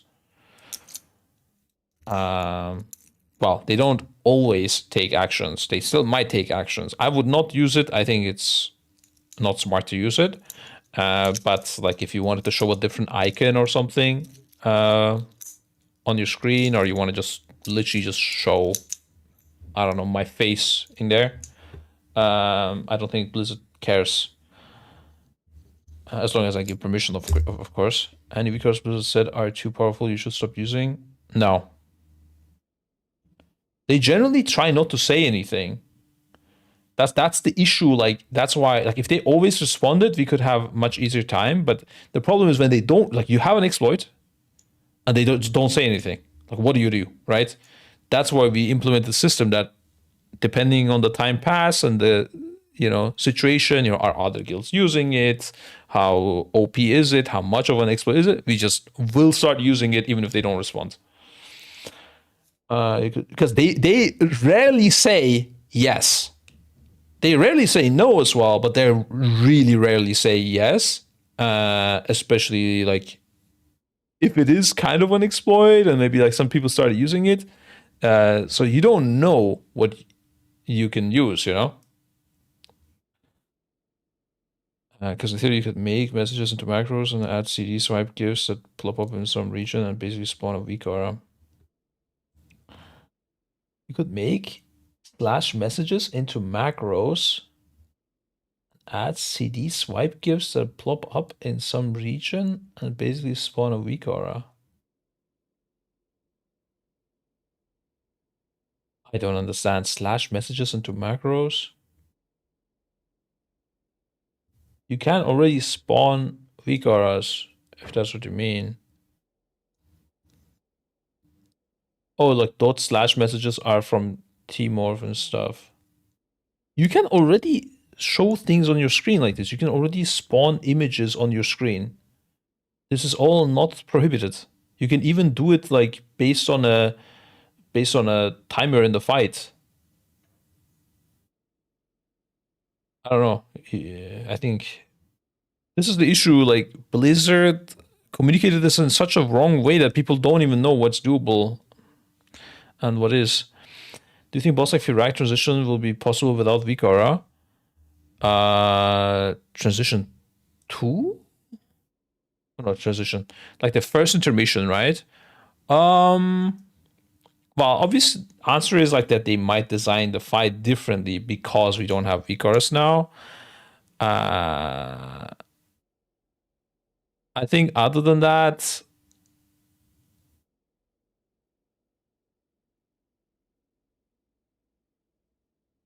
possible, I would say yeah. And you could also always go for like more immunities and stuff in your setup, right? To make this easier. If I remember correctly, like we did have certain sets being immune. I'd say you would find ways to do it. Is intermission J with a 2-second reaction to organize? Oh, that's not a transition. That's the. I thought you were talking about the intermission. You're talking about the prisons. Yeah, you could definitely do that. Yeah.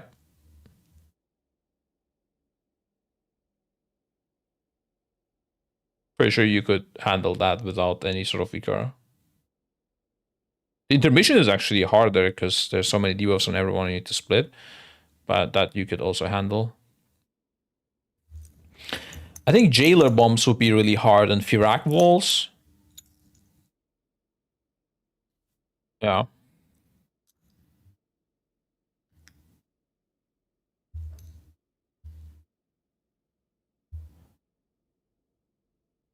Anyways, okay. Going forward, guys. Oh yeah, about the Volt thing, I don't know what they're cooking here. No idea. I feel like these kind of changes should have some sort of developer message in there. People are just playing guessing games.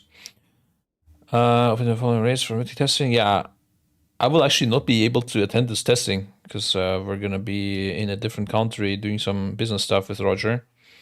But also it's not the most important bosses. I think this is mostly going to be a tuning test, guys. They keep testing these unimportant bosses because they don't want to get too much practice on the other ones.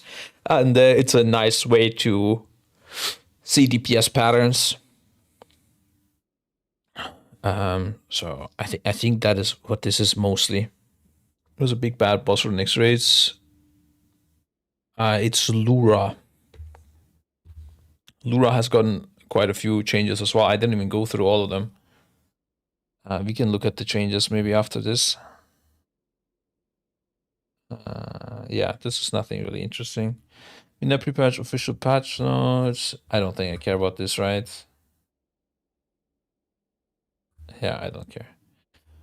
Pre-patch survival guide. How long is this video? If it's more than 5, 6:44. Do we watch?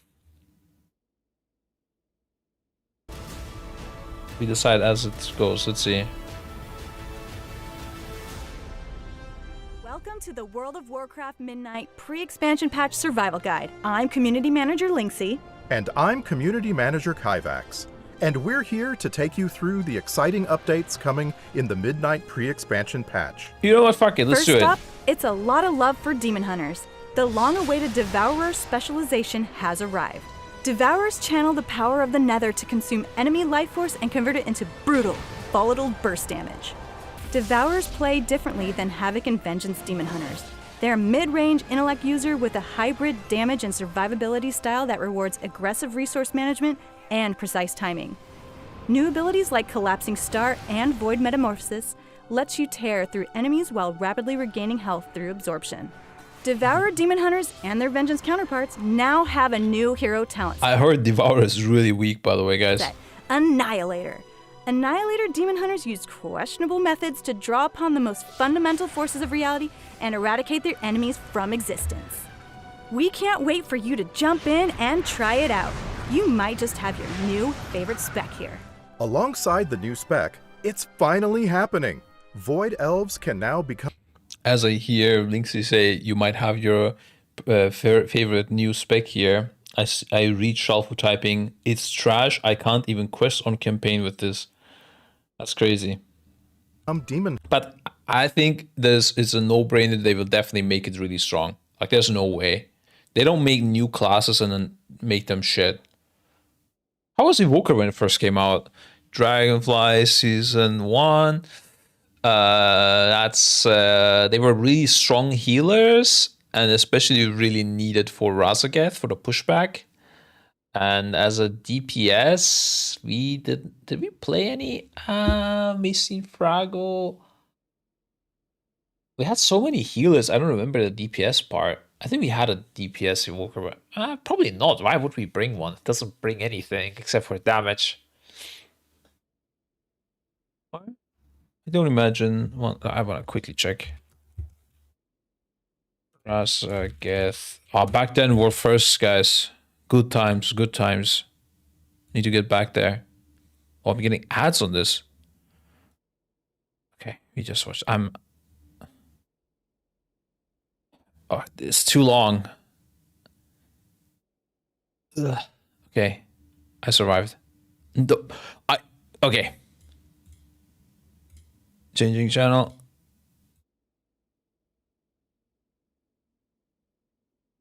Do we have evokers? No. No evoker DPS.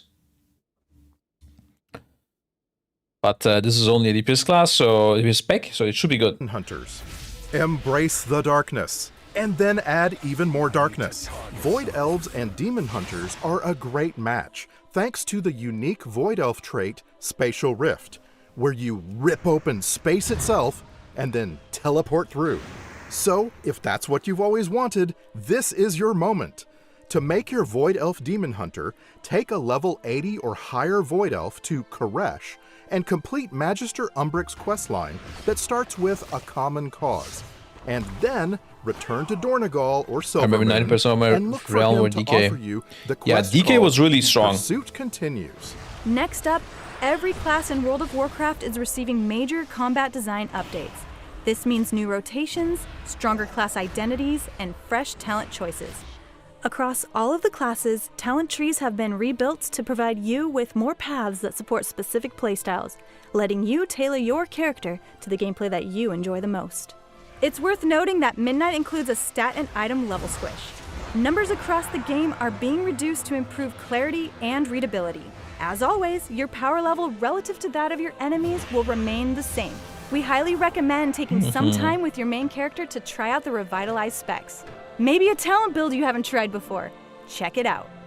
The I'm so user excited. interface has been rebuilt from the ground up with powerful new features, improved customization options, Don't cleaner say raid add-ons are frames, not needed anymore. expanded display scaling controls, and new accessibility features. You can now configure how information and damage meters appear during and following encounters in the base UI, with no add-ons required. And yes, all of this config is available to you in the options menu. Once you've gotten your feet under you in No this add-ons required, he update, says. dig in and make the UI look however you like it. What does the ratio have to do with the DH? No, it's apparently now Void Elves can now play DH, which they couldn't before. I think that's the new thing.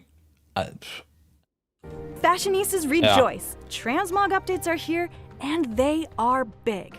You can now unlock and save full outfit sets across characters, preview the looks, apply them directly from the system, and you can now choose the situations that you want your character to automatically change is into huge. that saved outfit. Get this, you can set yourself to enjoy as many situation-based outfit changes as you can imagine, with no gold cost when you automatically switch outfits. You go to town, boom! You're now wearing your snazzy in-town outfit. You step into a dungeon, boom! You're now looking like a stone-cold killer. Don't forget, when you unlock a new outfit slot, that's Warbound-wide for all of your characters. You'll be looking good. Speaking of stone-cold killers, Guys, I can tell you, I will not be looking good myself. you can now put your blades to the test in the new Training Grounds PvP mode. In Training Grounds, you'll join up with other players to take on non-player enemies and work your way through the maps and the gameplay of WoW PvP. This might be a great way for you to experience PvP for a long time to come. And by the way, There are a bunch of achievements in there waiting for you. And finally, it's the feature that has recently delighted so many players. Housing has arrived. With the pre-expansion patch, all you need to do is to upgrade to Midnight if you haven't already, and you can immediately join a neighborhood, pick out your plot, place your house, and get started decorating. You're going to have Link fee, I think it's for people that RP a lot mainly, like they benefit a lot from this, right? Like if you have like a fishing costume ready and as soon as you go fishing it pops.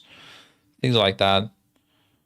But I don't know. furniture to arrange, exterior design to figure out, and a world of decor to obtain and enjoy. You can view the available items within the new housing dashboard in the decor catalog. What did you say about PvP, by the way? I You'll missed that. join up with other players to take on non-player enemies and work your way through the... Oh, the follower. Yeah, that's horrible. In the neighborhood-wide activities to unlock special vendors. Is any of you planning to do PvP battlegrounds against NPCs? Decorations, and community coupons that you can spend to beautify your area. Furthermore, And if Alliance so, players please can tell now me design why. their houses with iconic night elf moonlit stonework and purple-hued wooden structures, and Horde Will you design a home? Nah, bro. I don't think so, guys. If it was actually not tied to any sort of like item collection grind type of thing, I could consider it, yeah. But I'm not gonna go sit there and collect fucking tables doing activities, you know? Like, that's no fucking way. It's not gonna happen. But, like, I also don't mind if people do, like, if this is stuff you enjoy. I don't know, every time I, like, see these kind of things, like, I can see people enjoying it. I just don't, like, I just think there's so much better things in life. Like, I'm not saying like IRL only, right? Like in gaming as well as so many other things you can do. Why would I go and farm house items? Like, I don't know, just doing like PvP would be more fun for me. Leveling would be more fun. I don't know. Raiding and stuff, I'm not counting, obviously. Honestly, so many things are more fun. Like even just going to the auction house and trying to make gold would be more fun for me. Just doing professions even would be more fun for me, even though I hate professions right now. I don't know. I don't see, like, maybe if like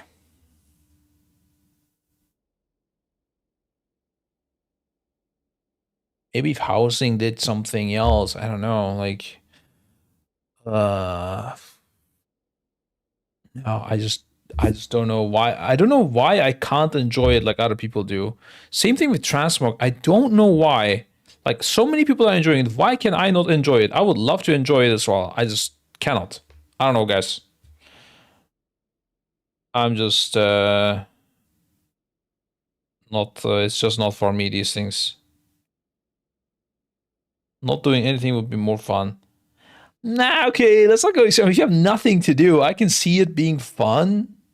But, like, you gotta have nothing to do. Like, I don't know, like, nothing. Like, you can't, like, even, I don't know, read a book, you know? That's how... And I don't like reading books for fun, necessarily. Like, you can't, like, learn... Like, you can't learn a new skill. Like, you can't do anything in life. Like, you can just do housing or nothing. I'll probably do nothing for a while and then get bored, and then I would do housing. Yeah. So, and I would even do transmog at that point, honestly. It's better than nothing. I would enjoy mount farming more. That's how bad this is for me. But I can see other people enjoying it. I don't have a problem with it, just to be clear. Want to be remaining politically correct. I do not think of people who do housing as lesser human beings. I don't think they have lower IQ. Okay, just to be clear. So I don't want to insult anyone. Some people want to engage with and consider going to do. Yeah, of course. I'm just memeing anyways. But yeah, like I could see myself enjoying like farming old content. I actually like wanted to do it once to get gold. Like doing like old raids. It was giving you gold, and I was like, yeah, this could be fun. I did it a couple times. Like maybe 3-4 times I cleared like some old raids. And I was like, nah, it's fine. I'll just boost for gold instead. And yeah, so maybe if I like saw something like that in housing, you know, I could see it. Maybe I can like make gold from it or something, or I don't know, enter some sort of competition. I could see those things being somewhat fun.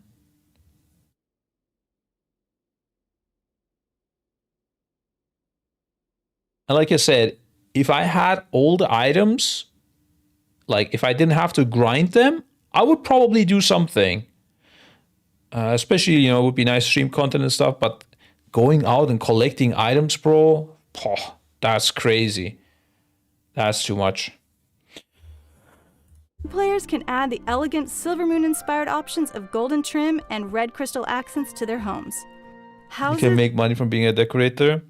You did remind me, there was like this, I think it was like a German TV show or something, where a guy makes like interior design and he does like the weirdest ass looking shit. And he gets like paid really good amounts for that. I would be that person. Like I would act like I'm really smart and artistic and like create like these abstract designs, you know? Like it's an empty house with just an apple on the ground or something. And I'm like, yeah, I'm done. 5 mil. You know, just like that. That's the kind of shit I could do. If anyone's interested in my services, it's only like very premium stuff though. So be ready to pay the fuck up. I could do it. I'm trying to think of the show. Yeah. Do you know what I mean? Or? If they pay millions to decorate their house. Like it was like a specific dude that kept doing it. I saw it somewhere. I think it was a German show. Yeah. And if they pay millions to decorate their house for them. Yeah, but I can't do good decorations. I would need to do like something unique, you know? can now be upgraded to level 9, unlocking additional features and customization options, with medium-sized exteriors unlocking at level 8. If you haven't already checked out Midnight Housing Early Access, the time has come for you to make your very own home sweet home in Azeroth. You live here now. These updates are only a part of what's coming to Midnight with the pre-expansion. They're making a co-op version for housing at Midnight? That makes sense, yeah. It's like a Minecraft thing. Didn't know you were watching SCTV. Patch on the week of January 20th. Wait, you know, is that what That's it is on? The following week, SCTV? the pre-expansion event gets underway. It's I called didn't sit and watch these shows all day, guys, yeah? I'm just saying I remember it. Twilight Ascension, and it's going to be a great time to try out the class changes, as well as gear up to get ready for My Midnight. favorite show. You'll also see the Winds of Mysterious Fortune increasing XP and reputation gains at the same time. Thanks for watching our Midnight pre-expansion survival guide. Be sure to check out the official patch notes. It is surprising how little the pre-patch has for a player like me. Like I would expect some sort of events or something. Like back then they always did like something that like some mobs that drop high, like a bag with more slots.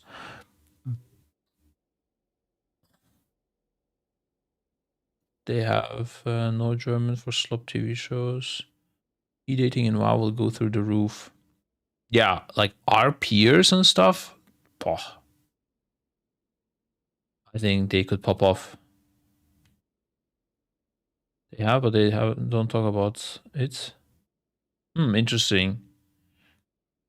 Going to Twilight Headlands. Okay, maybe I do check it out then. Honestly, I would want to like prepare like 2-3 classes that I'm more familiar with and play those during the expansion, but I don't know if I will have the time. My goals right now is sorting out all the sponsors for the race. Is looking good, but there's so many sponsors that could really fit well and would love to work with as well. But it's just a lot of work reaching out to everyone. How long do you think the race will now be? I'm expecting like around 20 days, with 7 days of them being heroic week. What is the... Oh yeah, this was the wrong guy. Nameplates at Midnight. What's changing what addons can use?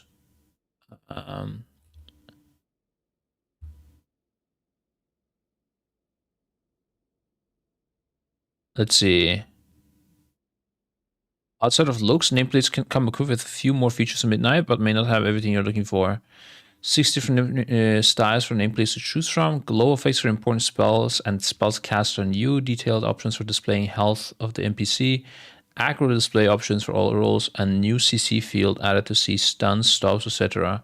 More unavailable features is more restrictive color coding that requires add-ons to solve, which this is gonna get fixed. I'm so sure of it. Or it will be made public. Buff and debuff icon locations cannot be moved. Yeah, that's pretty insane. But can you filter buffs and debuffs the way you want though? No, right? Nameless only tracks certain buffs and debuffs. I guess it's like decided by them. No font option outside of the default. Really? Wait, but there's okay on the baseline thing. Never mind. Text cannot be moved outside of the style options. Yeah. Yeah, I mean, it's a no-brainer to use a nameplate add-on. I think you'll 100% want to use one if you want to be at all good in the game. If you want to make it harder for yourself, you can not use one. That's okay. It's still playable. But the one thing with add-ons I notice is that they are buggy. Especially when it comes to the cast. Sometimes they won't show the cast properly when it started. Sometimes it won't disappear at all. Sometimes it will what was it? I think it actually was that it does not appear at all as the main issue.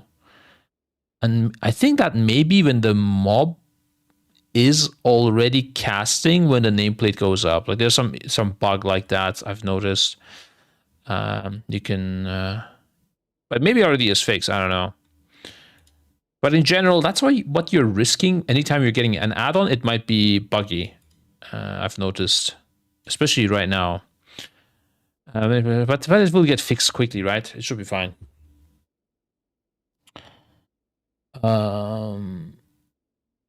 With many players, kids can easily import favorite profiles. Keep in mind not all profiles will work, but keep on the look.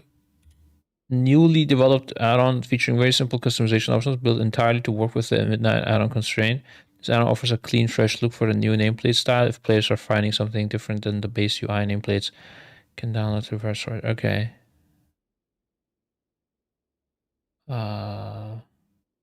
Interesting. They're linking to CurseForge. Okay. I thought maybe they say something more about the add-ons, but they didn't really. Improved death recap.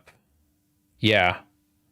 I haven't seen this yet. Deaths are not trackable. Is it a step up in comparison to live death recap? The new death recap provides a few more metrics that help players get a better understanding of how a death exactly happened. Damage event showcases a mob that dealt damage, what spell was used, and how much damage the player took. Mousing over. Oh, I would call it mouse overing. I guess that's wrong. I don't know.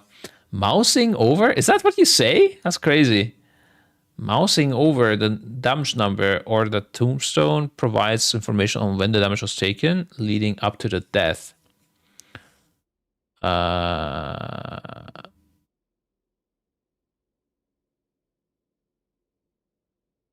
That's weird. Okay, so when you mouse over the tombstone or the damage number, there's no picture of that though. Okay. Number leading up to the death, for example, 0.5 seconds before death. Clicking the death on the damage meter pulls up the death recap window. Yeah, death displayed on the damage meter provides the exact time everything that's happened.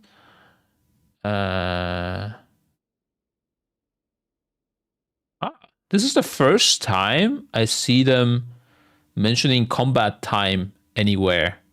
Like, there was never a combat time that they reference in anything so far, but this is like relative to the combat time, right?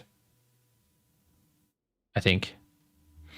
Here's the last one, up to the death. Last 1.6 seconds? What? So if you took damage 2 seconds before that, you don't see it, even if there was nothing else happening. That's weird. But everything within 1.6 seconds is scrollable here. So if you took a lot of damage, like a little damage, this scrolling will be all showing. That's weird. Okay. Missing features of that damage. I mean, healing in between is missing. That's the biggest thing. Also, this recap has like, it shows when you have bubble and the bubble expires and then you get hit. It shows a lot of cool things. But let's see. Again, defensive use, healing potion use. Yeah, true as well. Health pot is also really nice to see there. Death window of the damage meter removes the general in combat timer. Windows of the damage meter removes the general in combat timer. I don't get it. Outside of the larger display numbers, there's no telling what spells critically strike the player. Okay. I actually never looked at this. That's like a tank thing or whatever. Or like a... I don't know. The only time I saw this was when I was on playing Classic or something.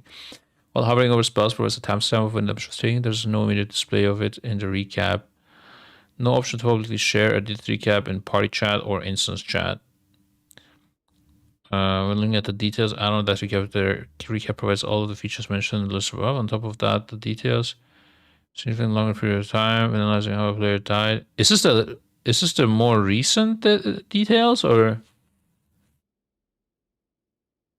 I'm guessing this is the old details, right? Details are, yeah. Can the new details also do this? No way, right? I would think not. No more blaming heals. Why I didn't get any heals for 7.6 seconds. Yeah. Okay. Oh, they chose the worst way to display. Accept, bro. Oh, continue without accepting was right there. They got me, guys. Yeah, I'm surprised they didn't just take a screenshot of this. Death at 4% health. Oh, wow.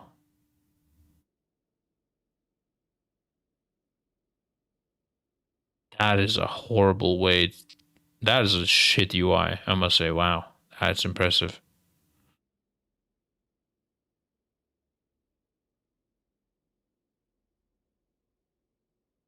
That is impressive.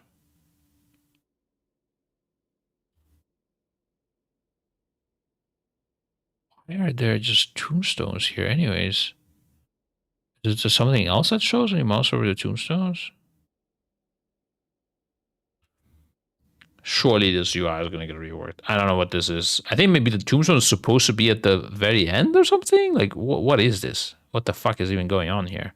I think some things are going to change here. This doesn't seem complete. What would make sense is to show the percentage here on the left side. But, yeah, I don't know.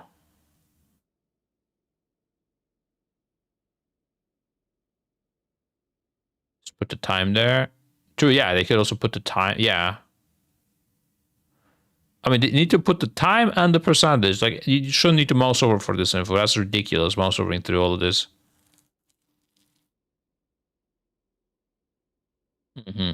Yeah, weird shit. New damage death recap is not good, but is it useful still? It's still useful. Is it better than nothing? Yeah, it's better than nothing. So that's the only expectation we had. So I'm happy. Oracle Logs is better. Yeah, I mean, of course. This is, again, if you want to check something mid-combat quickly, you know, you don't want to care too much about it.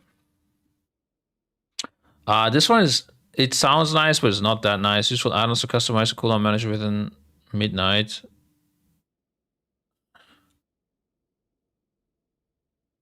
So, remember I was trying to fix my stuff. I think, was it a week ago or 2 weeks ago? I think it was already 2 weeks ago.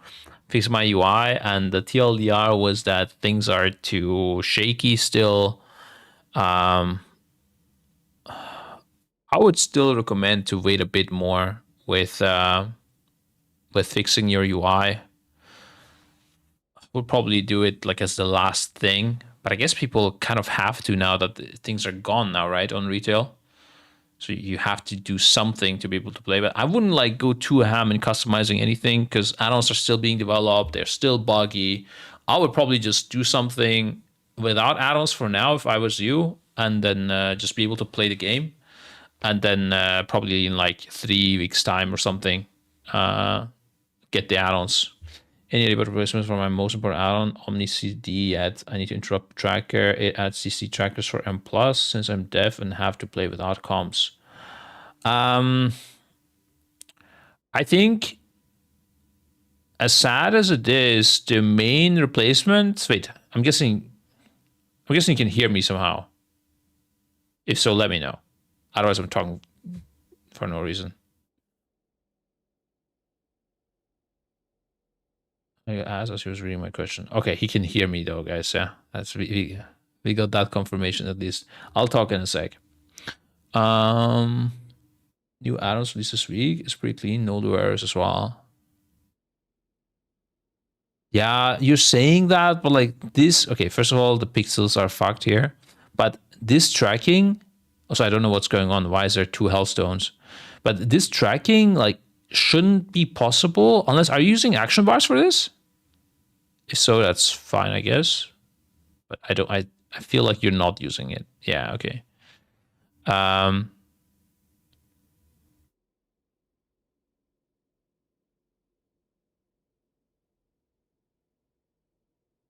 What are you using for these spells here? Like this glow.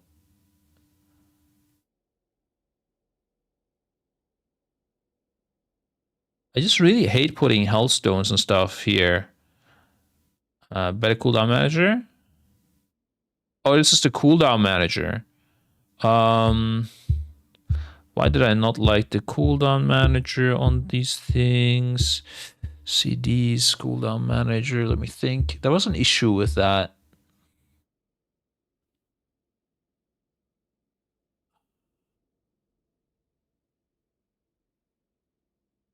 I don't remember.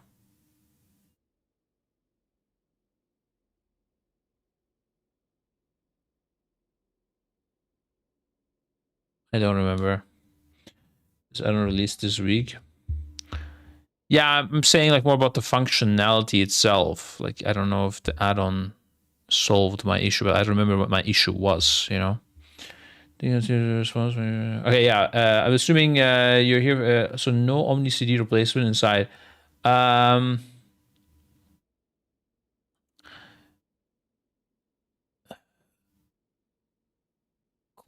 tracking.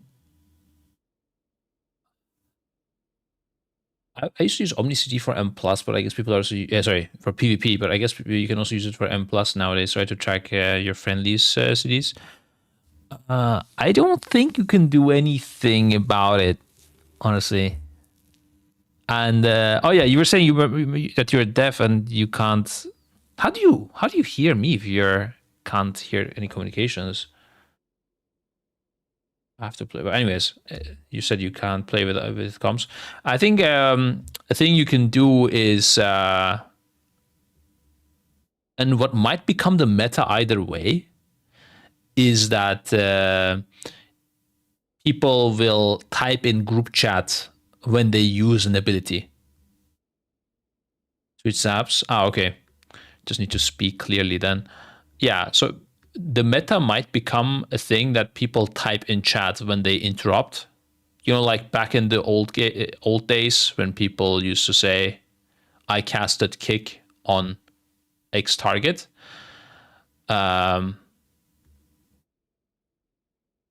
I don't know if you will be able to say the target even, but you should be able to say that you casted kick. Yeah, if we'll just say I kicked, and then it can say I pop CDs or whatever. I don't know. And then somehow visualize that better, filter those messages and visualize. I mean, when I say filter, maybe use a designed communication channel just for that, and then display that.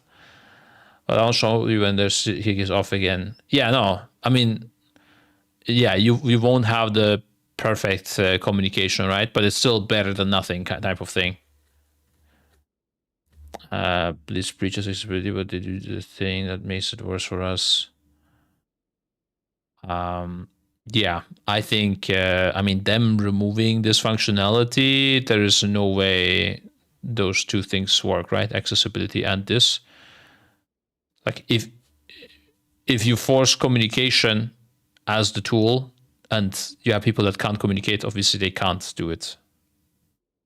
I don't see a personally a solution to this. Getting pugs to make macros like that gonna be unlikely, sadly. Well, I think it might actually be likely because most pugs don't communicate anyways. And if they see the high-end meta, everyone is doing it. And I think people in the high-end meta will do it. I think it might be a thing and that everybody just starts doing it as soon as you get to a bit higher IO score.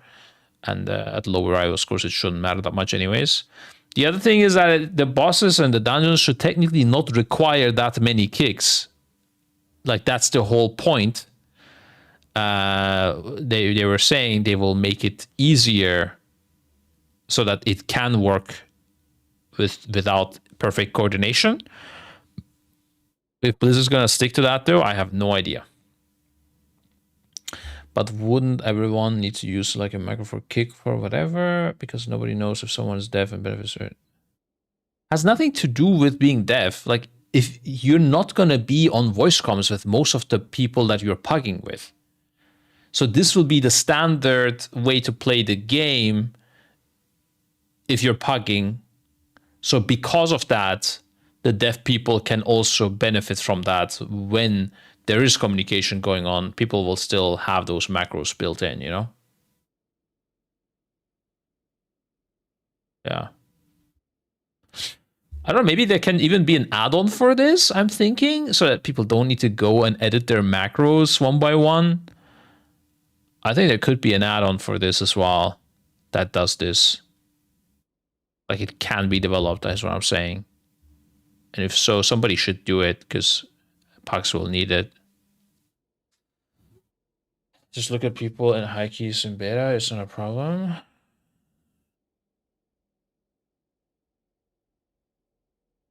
Maybe use the same macro for my capacitor, or usually have EFLT say.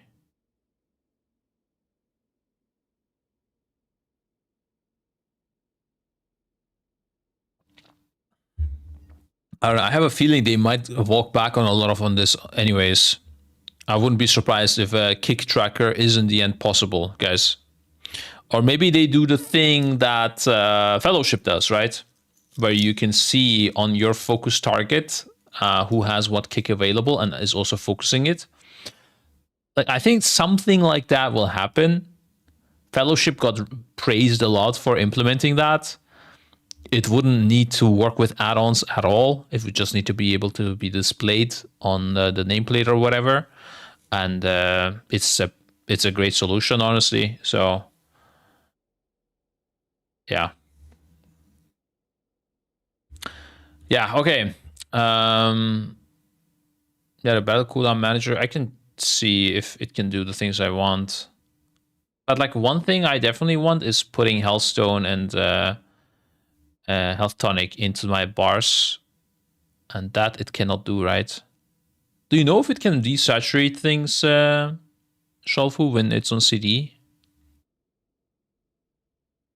I think it should be able to, but I'm not sure.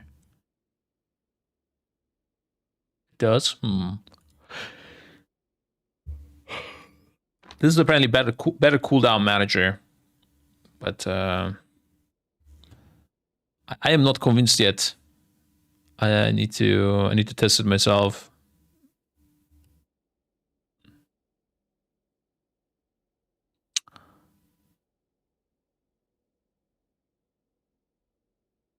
Yeah. I think the safest thing is just going with action bars. But I don't like the glow of the action bars. I like this glow quite a bit more. So that's the only reason I am considering this, really. And desaturation when it's on CD, I like that as well. Yeah, the healing tonics won't work. I don't know. We'll see. Let's see what other cool answer. Arc UI. Custom goals for active spells. Extensive options for orientation of bar spells. Desaturation options for when spells are on cooldown.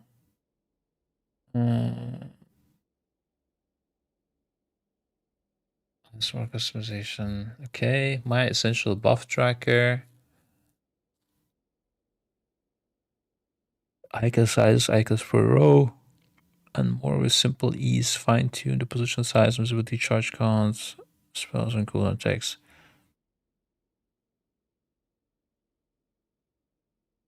I think you just need to add healthstones and tonics into this. Then I think I'm good. Probably. That's how it works. Let's see.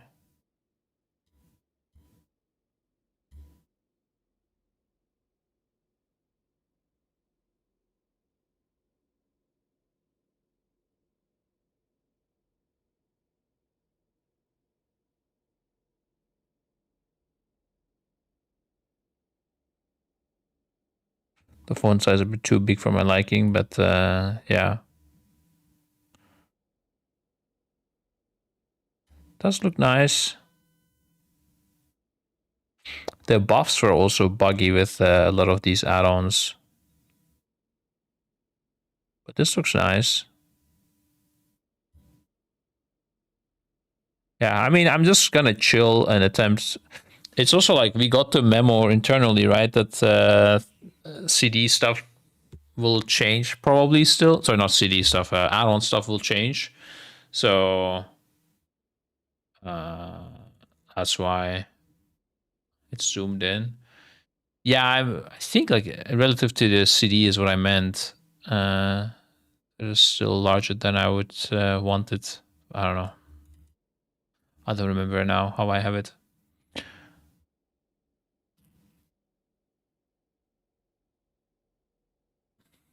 So are we back to having 20 add-ons or 3?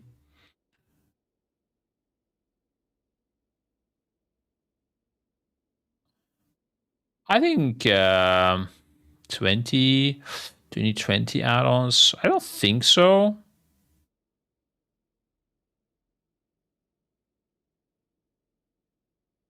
Probably like somewhere between 10 and 12. Like some of them will not be like important things, right? Maybe it's just like a add-on that shows you the spell ID when you mouse over a spell or something, or a bag add-on, or something for using out of world map better, like treasure, handy treasures or whatever, things like that.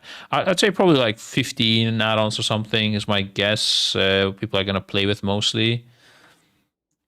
Yeah, a lot of them are like skinning stuff. True, that as well. I think like 15 add-ons, about that.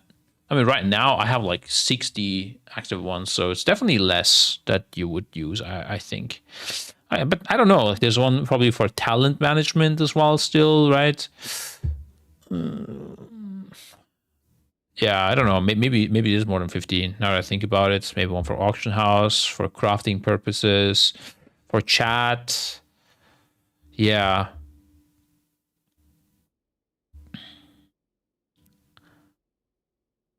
Or you get something like LVUI that does just everything, but it it's not exactly the way you want, but it's just like one add-on and you don't need to care too much. Yeah. Okay. I take a quick. Do I get a coffee or not, guys? That's the real question here. Bro, by the way, I still haven't fully woken up. This is the craziest thing, man. I just something like I have like headaches still. Something super weird going on today. I did drink coffee, but I don't know. Do I get another one? Maybe. I'm definitely gonna take a quick toilet break, and then we can probably just log into pre-patch and see what's going on. Maybe we have a YouTube video to react to. I don't know. I'll check while making coffee if there's some funny videos, some funny TikToks about the midnight. Also, tomorrow we're gonna be playing some Final Fantasy, by the way. Definitely. Oh my god! Why can I not wake up properly? Very.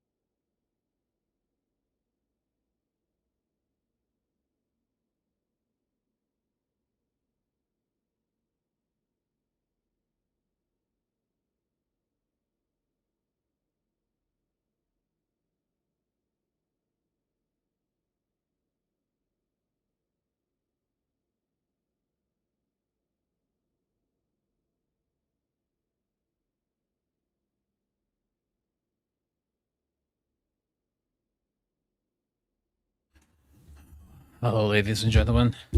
Coffee is being brewed. God bless the coffee machine. Are people using, like, when you guys make coffee at home, do you use coffee beans or do you use like the powder?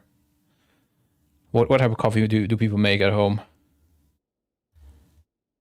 And do you think there's like a big difference? Always beans. I use beans as well. Would you use beans? Oh, if you have like instant coffee, that's not like real coffee. That's weird, no? It's instant powder, but I would love to grind beans myself and make espresso and such. Okay, now my second follow-up question. We have enough bean users. I was hoping for this. Is there a big difference between like the encapsulated machine that just does everything for you versus the one where you like use the tools yourself to make it? The one thing I notice is in the machine that does everything for you, the cleaning of it is a lot harder, and you might not know, and like mold can build up inside and stuff like that. And like you have to use some like weird shit to clean it up, and it's very unintuitive.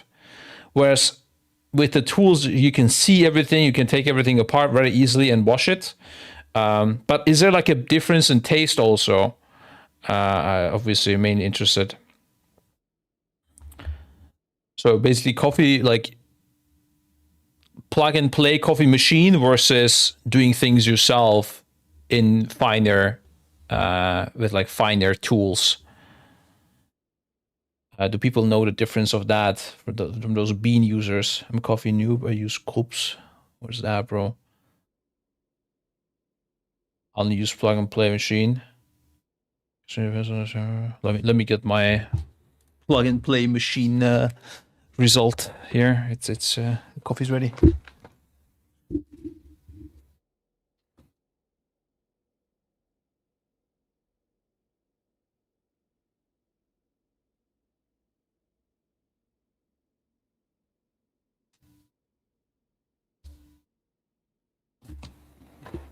Oh, the coffee smell is so good, man. It's crazy, actually. I don't know of a single thing that smells as good. Oh, man. It smells too good to drink it. I want to keep smelling it. I use... okay, so people don't have like the... You know, like those hipster machines, like... And the TikTok ones you see, like where they do the like step-by-step coffee brewing steps. Benzine, is that what this is? Benzine? I don't know what that is. Okay, I'm alive again. Not sure this way, but Jesuits I like Turkish coffee as well, but Turkish coffee really fucks me up.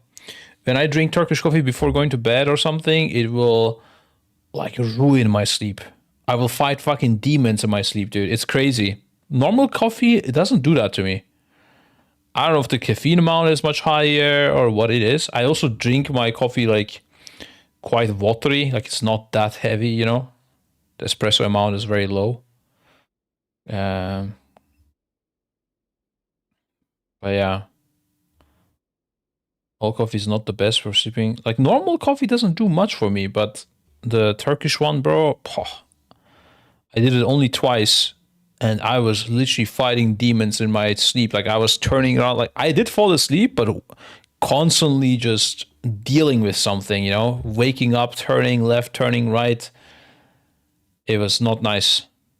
So I stopped doing that before sleep, but yeah, sometimes you just say, fuck it. Drink all the decaf beans since a year now because I don't need caffeine to function. I don't need caffeine to function either. This is just for fun for me. If I didn't have a coffee machine, I'd just, yeah, do not. I'll probably drink black tea. Yeah, it's caffeine as well. No, but it's just I like to have like a sip on something as I work and stuff. But I don't need it. I'm not addicted at all, guys. That's the number one thing that addicts say, right? Okay, we're gonna. I was checking. There's some like pre-patch video from from a bunch of people actually. Mr. GM has one as well. Let's see. But I saw Bellular had one Okay, this one also is okay,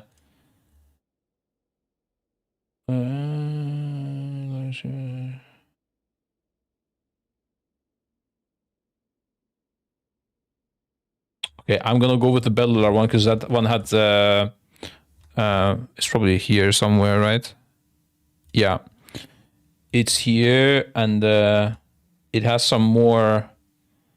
How would you call it? Interesting subjects here. Oh, wrong. Your fell abilities to void, right? It's all purple. Your 6-week window, your cleanest return from videos, every class is being reworked. This is official add-on replacements, transmog, rebuild from scratch, housing. There we go. This is what I'm interested in. The event Three starts normal raid gear and onwards. week after pre-patch launches, so we're going to have it for 5 weeks in total. You'll find a new questline that's called The Cult Within. It starts with Ramath for the Horde and Umbric for the Alliance, and in it we're investigating a new cult in the Twilight Highlands. They're not the Twilight Hammer that used to hang out there. They're the Twilight Blade. Essentially, same aesthetic, but under... Oh, I should try that CK Rake friend. I've never heard of anyone doing that. Turkish water with extra water. I think people who drank coffee back then must have been like ultra addicted already, bro. Like this is way too much coffee when you drink like an espresso and stuff. I think it's crazy. And I don't want to put sugar. I never put sugar into these drinks. And with just more water, it tastes pretty nice. Slightly new management, and they overtly serve Xalatath. You'll have first met them in the patch 11.2.7 questline. Now, what about the event? Well, the event follows the standard pre-patch structure. So there's an intro questline, then there's world quests, weekly quests, and rares scattered throughout the zone. Okay. Some of these rares are callbacks to old Cataclysm dungeon bosses, which is a fairly nice touch, and there are two broad types. Simple, soloable ones where you just land and kill them, and then bigger ones where you've got to stop an ascension ritual that will basically need more players to be involved, and all of this gets you piles of loot. Now for many, an important part is the catch-up gear. It is champion track this time round, not the veteran track that we would usually expect. So essentially, it's normal raid gear. Not that that's going to be too important, you'll quickly get rid of it as you hit level 90, but it is a mog to hunt, and if you want to take the new class changes out for a spin, it's good to have a geared character to do that with. As always, there's a new currency. This time it's Twilight's Blade insignias, and thankfully, it is warband wide. This means that you can farm it on your main to just go and gear up your alts really quickly. There's also no weekly cap either, it just seems you can farm this out to your heart's content. Cost-wise, each armor piece costs 40 of them. That means a full set across all 9 slots should cost you 360. Then there's jewelry, which is a neck and 2 rings, but no trinkets are sold, so that's another 120. As for weapons, those are either 40 or 80, depending on whether they're a one-hander or a two-hander. So in total, budget somewhere between 520 and 560 of the currency to fully kit out a character. Now, the event stuff doesn't just... How long does that take? You'll also get Valor Stones, Crests, and Resonance Crystals, so as you get this champion gear, you can also just upgrade it while you're farming up the catch-up stuff. Now, there is one thing to be aware of. It seems that sub-level 80 characters get XP from the zone, but don't get the currency or gear. So basically, level up first, then do your farming, and of course, you can bet that we'll be testing any and all power leveling strategies once this goes live. But let's get back to the rewards. So you can also get early drops of the Thessalian Midnight armor sets from mobs in the zone. That's huge. They're great quality in BOE, and they've got names like Threadbare for cloth, Frayed for leather, Stained for mail, and Brittle for plate. So hardly the flashiest gear, but if you're a completionist, this is something that you can get, and if you want a more lo-fi aesthetic, it's good for that as well.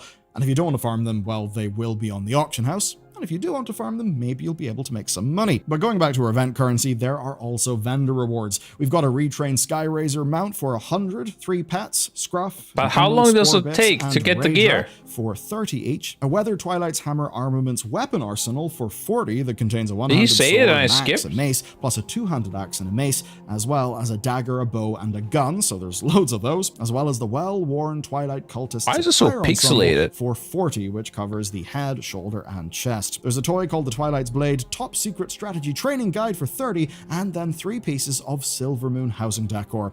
A wooden chair for 50, an enchanted candelabra for 50, and a Sindorai Winged Chase for 75. Oh, It takes like 1 hour to get the full set of gear on normal? That sounds pretty insane. a dense segment. TLDR, loads of transmogs. And then finally, if you complete the campaign, you'll get the Twilight's Blade Tabard and the Definitely Not a Cultist title. And if you're a real big brain, they have made something just for you. Now, Mythic Raiders may not be able to do this, but there's a tic-tac-toe minigame in the event base camp, and if you beat the AI, you'll get an achievement. Hard stuff. But next, let's talk about something that'll be a lot easier. So while you're farming the event, you may want to level some alts, and if that's what you want to do, yeah, front load it. Here's why. The Winds of Mysterious Fortune returns with pre-patch. That gives you a plus 20% XP buff baseline that can be increased to plus 30% with the potion drops that you'll get from Mysterious Satchels. But even better, the Turbulent Timeways event is also still running until February 10th, so assuming Blizzard doesn't take that down early, there'll be another 30% on top. So if that all stacks up properly, you'll get plus 60% XP for the first 3 weeks after pre-patch launches. So if you want to roll a Void Elf Demon Hunter or level anything for midnight, this is your window to do that. And if you're a big grinder and you hate PvP, well, I've actually got something pretty cool for you. Okay, it's fine. This is not cool. People who may be really efficient. And while that's it for new pre-patch features, I really do need to point out that we actually just got patch 11.2.7 fairly recently in December of 2025. It's got quite a lot of new features and things like the Brawlers Guild, so if you're just returning to the game, there's a lot of stuff that you can check out that's basically there, and it's pretty damn good. So overall, it's a heavy pre-patch. The Brawlers Guild seems actually quite... This looks pretty fucking cool. Out, that's basically like some really cool things happening here. Damn good. So overall, it's a heavy pre-patch. There's plenty to do. There's lots to prepare. And you'll probably want... I think Brawlers Guild needs more marketing, bro. Like, I don't know. Why are people not playing it? It looks nice. Tell the streamers to play it, guys. That's it? Okay, yeah. I thought it was a good idea to check. I also, honestly, I read the stack, 50% XP for 3 weeks. I thought this was for something you can do for the expansion launch. I don't know what it is. It's like 1v1 versus hard bosses. Are you playing it? No, I didn't. But I did play it in the past. I didn't play WoW since a long time. That's why I didn't play it.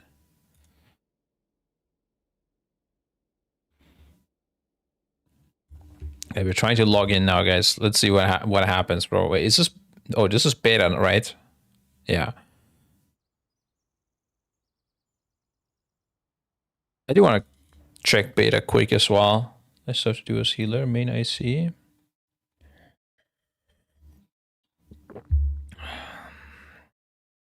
Yeah, okay. As a healer main, maybe not. I can see the problem.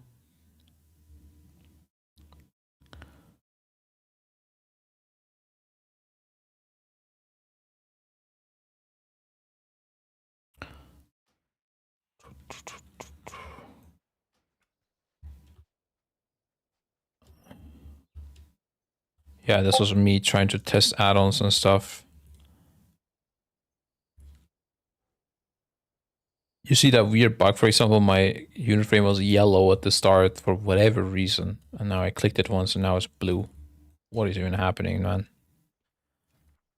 Oh, no, you know what? Actually, we're not going to log into anything. We're going to look at the last boss because things have changed here quite a bit.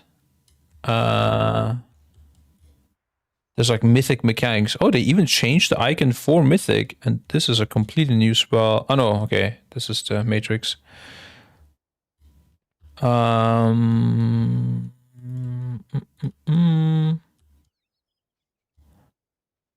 Yeah. I'm gonna switch to this. Then I have a nicer way to look at this stuff. And we're gonna review the last boss of the expansion, guys. That's a bit more important than Brawler's Guild to me. Unlock. Arch of Keldanas, Midnight Falls.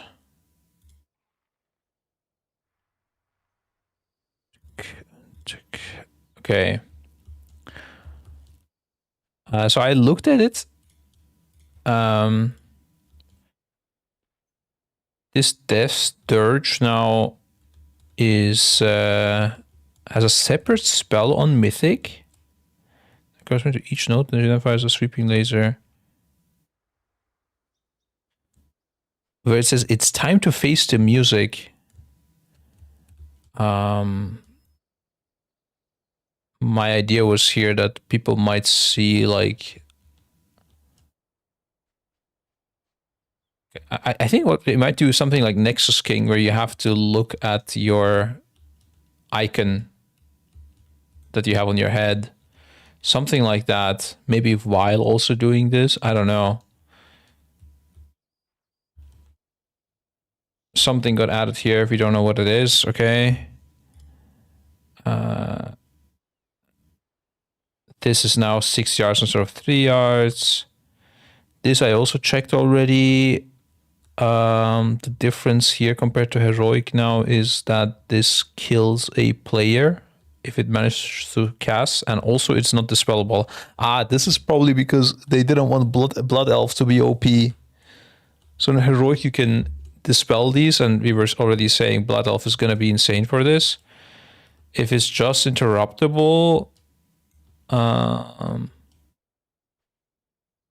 is there an AoE interrupt in the game still?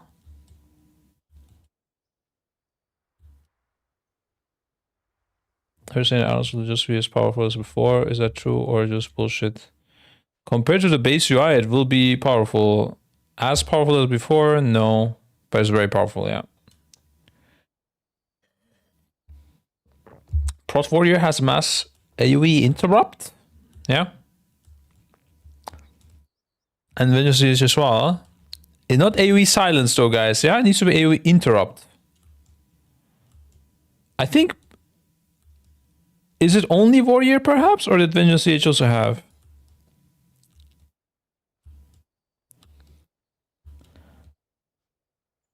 Vengeance is silence, but where is it? Okay. Yeah. I mean, there was 3 on Heroic, and there's 33%. Makes me think there's 3 on Mythic as well.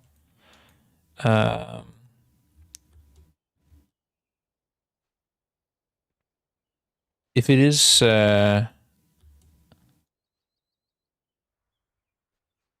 stacks each, I think it was 5 stacks on Heroic.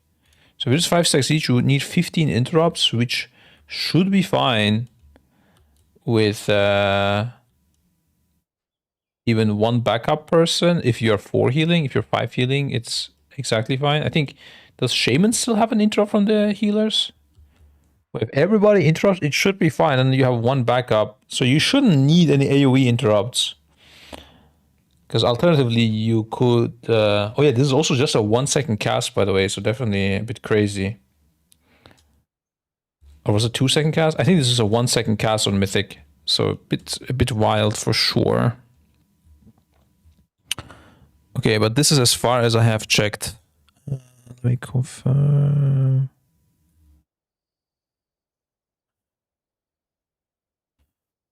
One sec, let me open Wowhead with dispels. Terminate.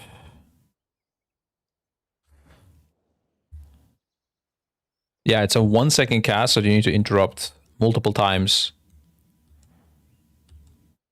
So you still get benefits from using add-ons over base UI. Isn't that exactly what Blizzard wants not to happen? Yeah, they failed, unfortunately. I ranted a bit about it like 1.5 hours ago. You can go back and watch if you want, sir. It's unfortunate. I'm trying to remain calm, guys. Then we have... Once this is resolved, it does damage to everyone. Like once you interrupted everyone, and it's gone. It does damage to everyone. Pretty big damage as well. And these adds spawn. Okay. This one you need to kill in time, else they blow up and do big dam and kill you. Oh, I think is this dot new? I don't know. This guaranteed kills you now, basically. Then you have the healer one that will die unless you heal it. And if it dies, it's GG's again, so you have to heal it. Okay. Well, let's see. This creature suffer for 30 seconds upon death. The expiration. Oh, you have to do it within 30 seconds as well. But it does not get stronger, the damage it takes or something like that. Also, DR might be a thing on this, although the damage it takes is not that high, right? Let's say it takes you 20 seconds to heal it because you're really slow. It would be ticking 40 times 2k. It would only receive 80k damage over that whole time. So that's like I was thinking giving an external or something is not really doing much. And then if you manage to heal it, you get this crystal.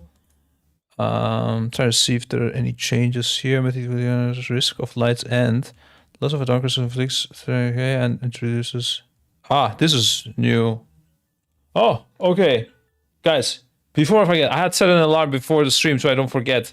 I'm gonna give away a 50 euro G2A code, okay? Okay, we're gonna continue where we left off. I just forgot to do this so many times. I was supposed to do it in December, but then I was sick, and then I kept forgetting it. And it was supposed to be a Christmas gift, guys. We're gonna all act like it's Christmas, okay? This goes into the December report. Ho, ho, ho, friends. I know you're expecting your Christmas gifts. Let's check out the G2A winter sale that's going on right now. There was an advent calendar that we missed. But we can still go and check out what's happening at G2A. There's some other new discounts going on. Of course, you can go there with clicking the nice panel or going G2A here. Actually, let's do that ourselves. Tech. That would get you to the Echo landing site, which is our preference of games that we like to play. You know, Fellowship on there. Actually, Midnight is not on here because there are no Midnight keys yet. There's some other games that our players selected that they enjoy. Yeah, actually, I would love to play all of these games. It's actually crazy, guys. Oh, Final Fantasy is on there. That's cool. But yeah, anyways, before I get lost in the games, you get an Echo 5 discount, 5% off of any game on G2A. Doesn't have to be these. It also works with other discounts that are already like ongoing. And the special thing right now is that there is the winter sale going on until end of this month-ish. And I think things might be cycling here as well, up to even 98% off on some of these deals. That is crazy. Holy moly. Oh, Terraria, you were mentioning, Hozar. There you go. It's on a big discount right now. I think I may have tried this game. Or I wanted to try it, but yeah. Anyways, yeah. Make sure to check out if there's something for you. Civilization is also a really good game. Let's see. Oh. That's $4 only. That is some crazy thing as well. I recently downloaded the UFL, which is a free similar game to the FIFA one, and it's actually pretty nice as well on the PlayStation. I've been playing with my wife. She's really bad. I completely own her, but it's fine. She'll practice. Yeah. And these are the 98% stuff. There's also other stuff. Also, by the way, I think Echo codes don't work on this stuff, but on like software, I'm not sure. Wait, let me see if I open the card.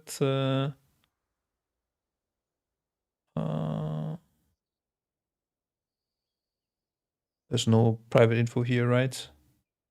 Okay, that's just my email, but I mean, you guys can check yourselves, guys. It's fine.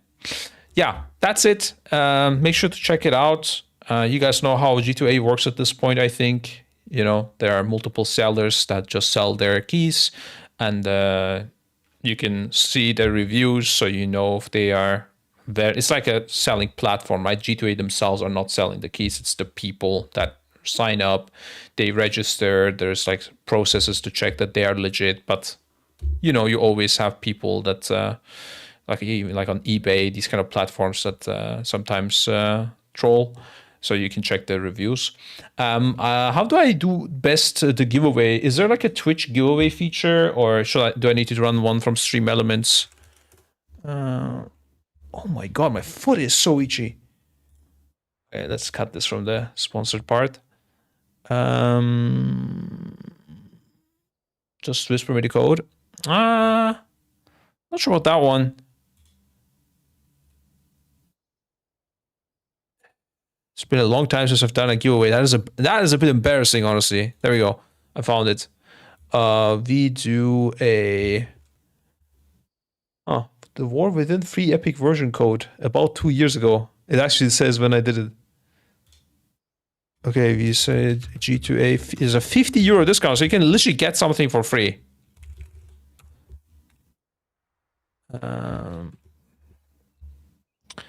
Give everyone the first +1, max +1, subscriber luck does not exist. Okay. I think you should be able to enter with exclamation mark enter, guys. Or ticket. Both works, I think. Just go, go, go. Okay? And I'm gonna end it in like a minute. Okay? You have 40 seconds. €50 discount. G2A was so nice to give these to us during Christmas. Sorry for the delay, but I hope you can still find some nice discounts. I personally used a code like this as well, and I got Battlefield for free. They had given me one. It was nice. I did not play it much though.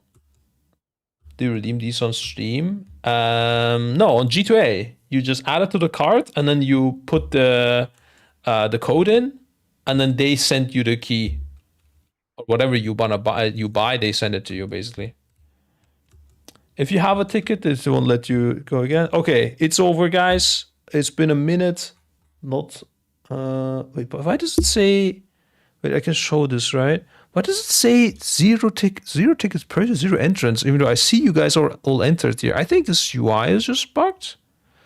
Maybe 1 sec. Let me refresh it off screen. Yeah, okay, it shows right now. 37 people. All right, closing the giveaway and drawing the winner, and it is not showing again. Oh no! No way!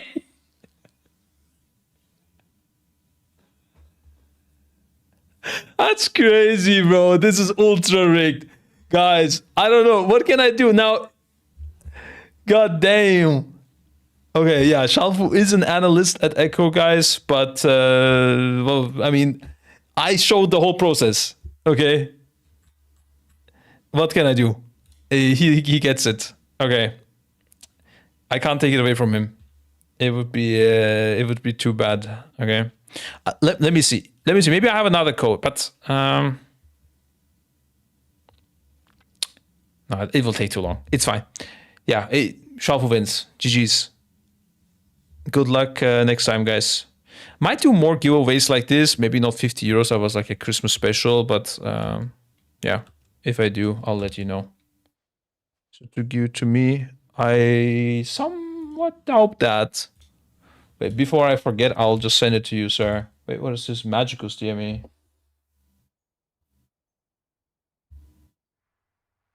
Oh, some random DM. I thought maybe he saw him doing a giveaway and is like wanting to give away gold or something.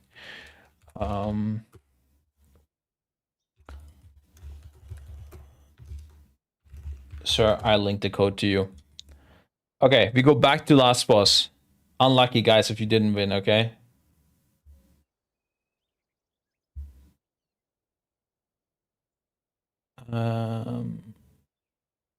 Copy something else in my clipboard so I don't, by mistake, paste it somewhere. There you go. Yeah, okay. Shalfu, by the way, I would make sure, like, first of all, check that the code is still active, and separately, I think it might be active only until end of January, so make sure to use it before end of January. They typically, like, limited the length. I once lost one of my codes because the month passed and I was too embarrassed to ask again for my own thing, for my own usage. Yeah, okay. We continue. Dawn Crystal. Also, thank you to G2A, of course, for this nice gift. A purified Naru fragment can be... yeah, okay, so we heal this crystal, guys. The idea was that you then need to carry this crystal for the rest of the fight, and it's like a Hlandrus bomb with little Armageddons that you need to soak around it when you get hit by stuff. It's a bit of a crazy cook, but so all damage. I think this increasing all damage thing by 500% is new. I'm not sure, but let me see. First of all, let me pull my OBS. Okay.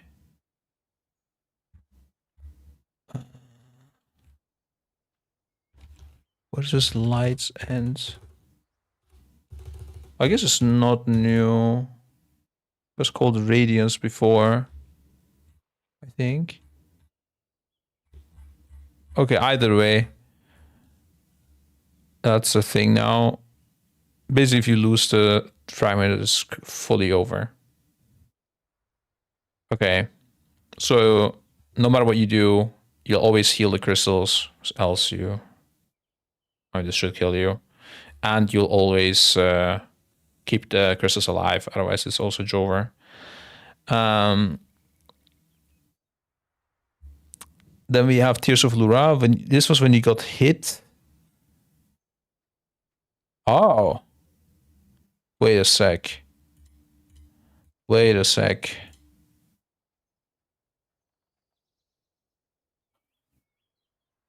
Okay, so this was before when you got hit by, I think, cosmic abilities or something, it said, or shadow abilities or something.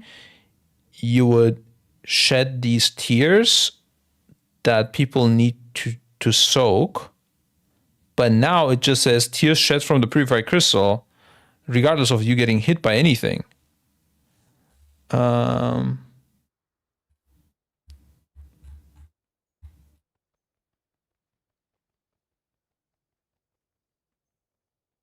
Yeah, it was erupting when hit directly by cosmic damage, and that is gone now.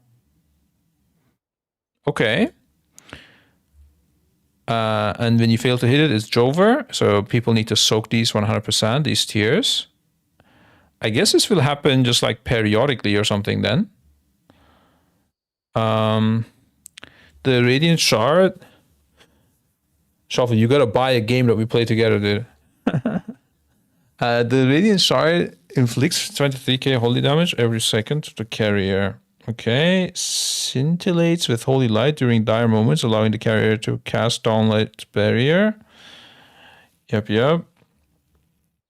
Into a dome for up to 6 seconds, granting players within it 99% reduced damage. This consumes the Dawn Crystal.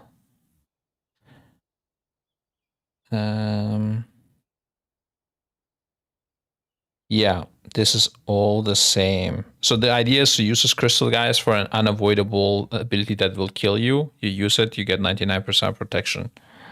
Grounded on crystal's pulse with overwhelming night, inflicting 46k whole damage to all players every X seconds that we don't know. Okay.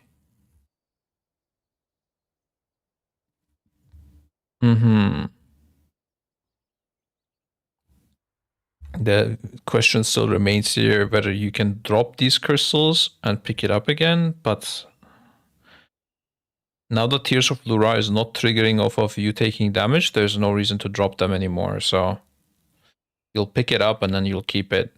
God bless. There was some crazy cracked strategies forming for this, because you could like continuously drop it whenever you take damage and then immediately pick it up again afterwards.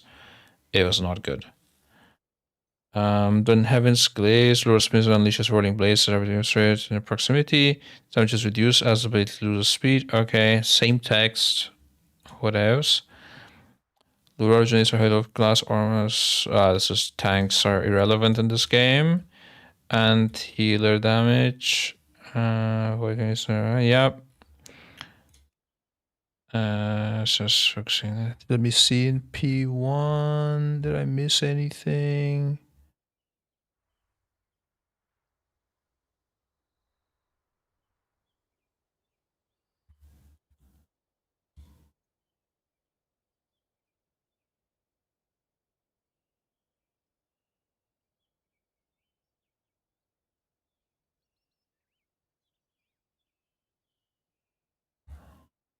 I don't think so.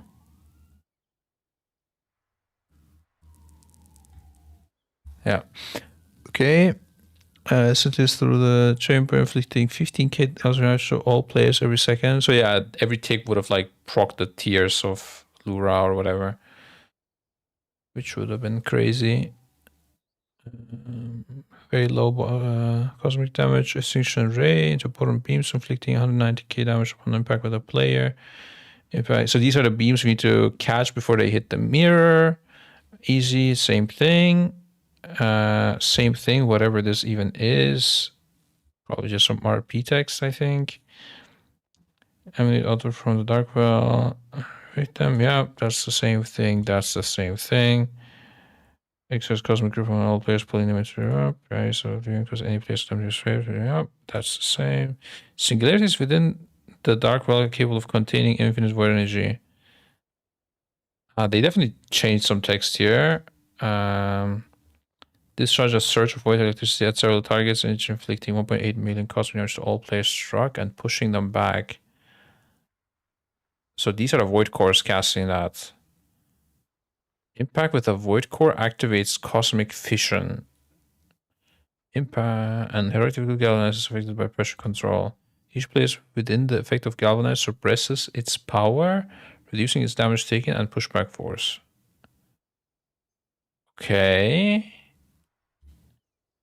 The void opens, pulling players in as their atoms are ripped apart and consumed to catalyze a charged core. This process inflicts 11k cosmic damage to all players every 0.5 seconds for 4 stacks. Okay, so some sort of bursting effect going on here. We want to probably charge these cores. I'm guessing. This galvanized thing is, I think, also new. Let's see, galvanize.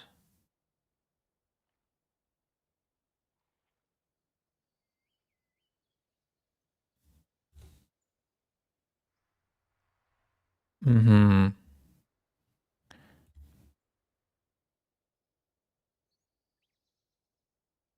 Let me see the spell IDs on this.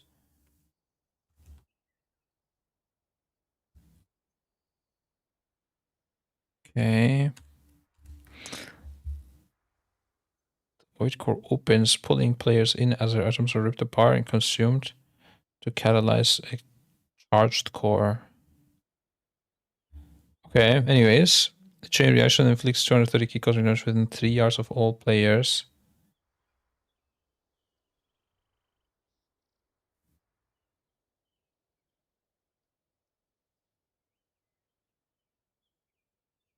Okay. So you can charge these guys up by being close to them. But then you also have the 3-yard spread, it seems, while doing that. Order warrior core harnessing untold power inflicts 1.3 million cosmic damage to any player hit. And then you'd wanna not get hit by it. Core harness reports charge going into herself for absorption, each inflict 150k cosmic damage to all players and regenerating her energy.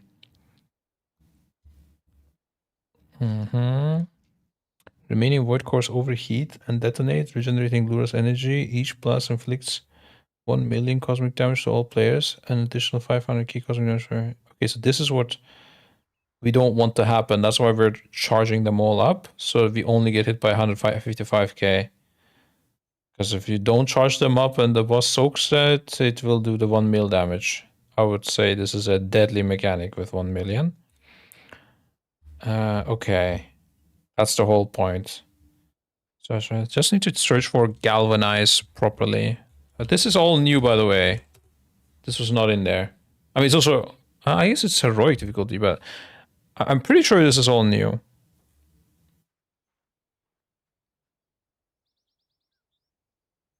Or a lot of it is new. It was not really clear, but now it's pretty clear what needs to be done. This is only targeting one person for 5 seconds. Heads up. Apparently. You impact with a void core, creates the cosmic vision. We charge it up.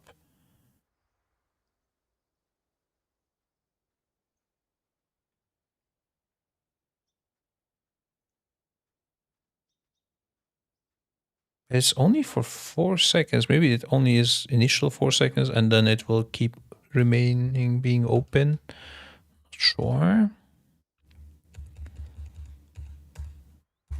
Okay. There's no other info on that really.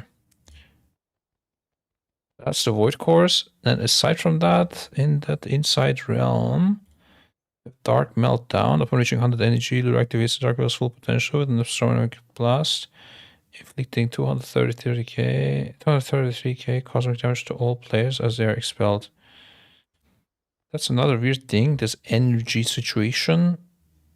It regenerates Lura's energy, whether you get decay or core harvest. Charge core should give her more energy in theory, but is survivable. Kind of weird. Okay, whatever. Damage, useless tanks, stage 3. What do you guys think of the new icons, by the way? I think this looks horrible, man. That's crazy. I think the purple really was like distinctive on the mythic skull. Now the mythic and heroic look the same. So weird. If you get used to them, even if I get used to them, I think it's just harder to distinguish.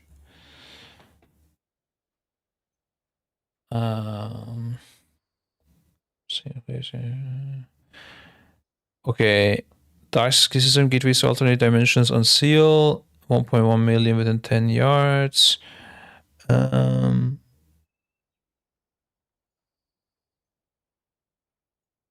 return sense diverging here being into 2. The violent division inflicts psionic key cosmos all players as they are split between her realms. So there's going to be like 2 realms and we're going to be split with the players. That's the idea here, guys. Quite obvious. Collision between players in opposite realms. Yeah, do damage. Or do kill you rather. Bosses share health.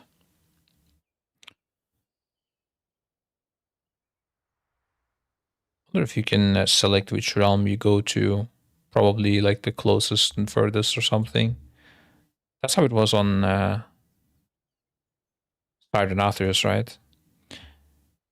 Yeah, so this is what I believe we're gonna use the cores for. Oh shit. 1.2k. The top 1.2k players of the world entering the chat. Thank you for the raid, sir. DGTV just subscribed. Let's go, dude. I'm gonna smash my desk right now. Yeah, we're looking at the Midnight Falls changes, guys. Specifically, I'm not like going through the whole fight or something, but just looking at what changed. And this is one of the changes actually right here. But we're almost at the end of it. True darkness suffocates any player forsaken within, reducing movement speed by 10% only. But it stacks, okay. So the idea here is that the Dawn Crystal holders become torchbearers, and if you step outside of it, you get the Midnight debuff. This used to just one-shot you. Now it's slowly creeping up on you, which makes a lot more sense. So you're gonna be like very close to each other the whole time in the last phase. Unless you have multiple torchbearers in each phase, that could be an interesting one. So if you use a mastermind of raiding, do you like getting rid of add-ons, Rika, or would you prefer to just use the in-game one?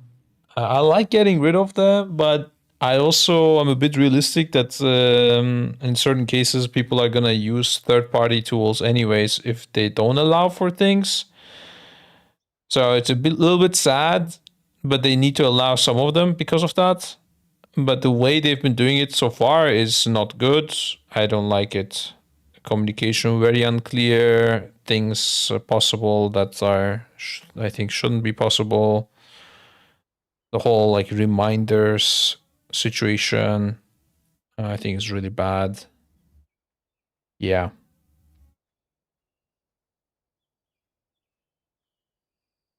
I mean, or they should have just not done anything, you know? I feel like a lot of work has been done for nothing.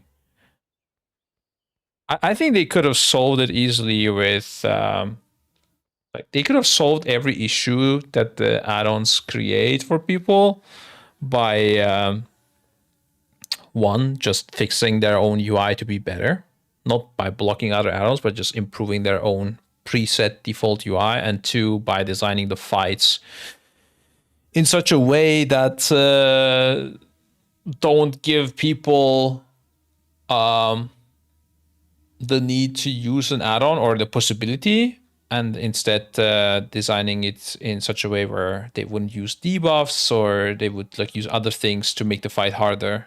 An example of that would be, and I'm not talking about just reaction based making things harder, but let's see, did they do an example of that? A nice example is Dimensius throwing the rock in the intermission or phase 2, I guess, on the platforms. You have to look at Dimensius to see which side to go to, on heroic at least. On mythic, you actually don't need to. That's funny. And that is no weaker will help work for that. You know, you just have to look at it, which is a type of gameplay I think that's good. Just using ice, cut on debuffs. Yeah. Another one that's good is the Mechatorque puzzle. Whether you use an add-on for that or communication, like either way it's good and hard. And I actually prefer communicating over using an add-on. All right, okay, never mind. I would use an add-on, but let's say like this: if they don't PTR test it and we don't know how this mechanic works, then add-on couldn't be created. And because of that, it would be easier on progress to just communicate. And if later on people want to use add-ons, who cares? It wouldn't be a need. People can't do it if they like cannot speak and don't have microphones or something. So those are like the nicer mechanics I think that they can do instead.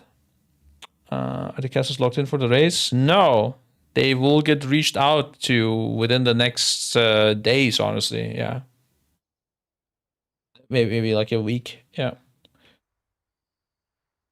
we're not really going for any big changes on the casters, but sometimes some of them might not be available, or we somehow don't come to an agreement, and that's when we would change casters mostly. Although I think there will be probably at least one new addition to the casting team for sure, almost, I would say. But yeah. Do you think it's an advantage for EU and there is first the current situation of weaker and add-ons? It's an advantage for EU and there is first current situation of weaker add-ons.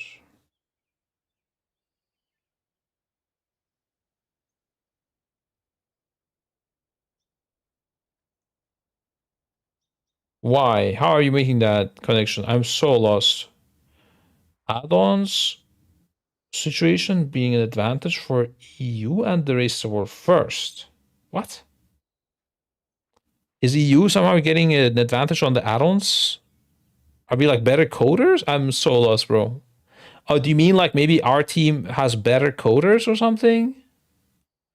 Or US had better coders, you were thinking? I'm lost. I don't know what you mean. And I would like they lost it. I don't know. Just a new post from overhead about the damage meter. Oh, really? What else changed? Is there something else new? We look at it after this boss. We're almost there at the end anyways.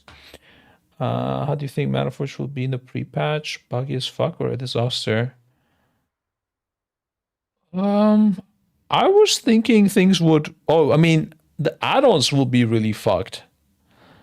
But aside from that, I think it should work fine. I don't know how people are going to deal with Fractilus. Probably just DPS it to death. But yeah. Okay. Let me continue. That's require... Wait, how did people say they pronounce it? Requiem or something.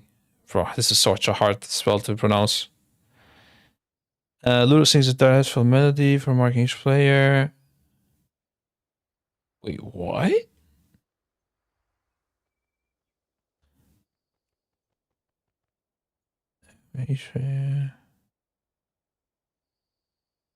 Okay, yeah. The new thing on this phase is that collision between marked players activates each dark rune. Okay, that was before as well, but now we don't have It's Time to Face the Music anymore. Interesting. Hits.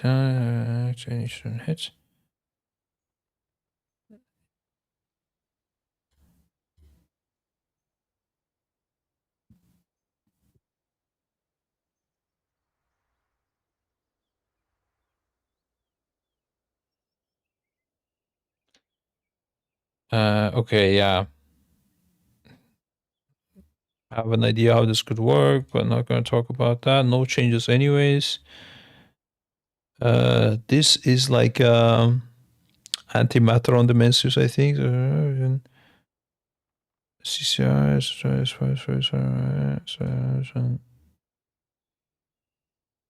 Yeah, okay. That's nothing changed there. Dark Stars, strike down, 770k. 2 hours of impact, starts interconnect with Luminous Void.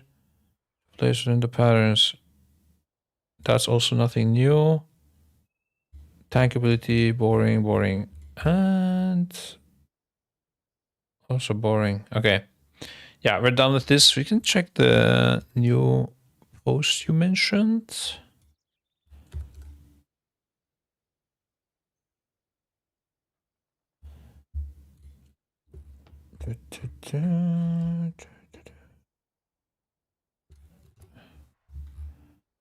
What could there be a post about? Meet the shortcomings and alternatives.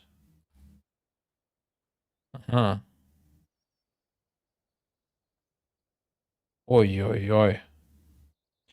It has not managed to replicate a lot of the base features. Yeah.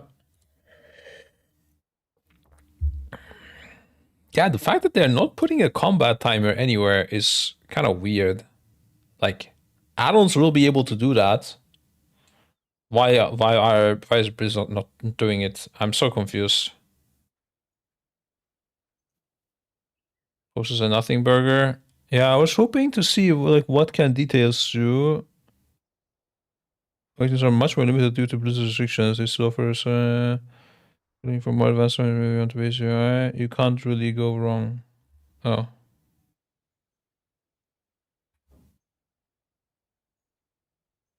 Also, but also is sticking around. Reduce the features. Yeah. I wish they would just say actual like information. Like, I want to know, is details better than the base UI? You know, like, does it have extra info? Yes or no? But they don't say anything. So weird. So much effort, but such little importance to me. We're seeing wow still. Yeah, I don't know how that happened. I thought I clicked this. Sorry, my bad. But yeah, still there isn't anything. Fake news anyways. Okay, I gotta check if the other bosses changed as well. Let's have a quick look on Belloran. No, apparently no changes. Okay, checking the other bosses. Void Spire, Crown of Cosmos. I think I already checked. Light Blinded Vanguard. Yeah. No, there's no changes. Valgor and Azarak. Let's do this again. Uh-huh.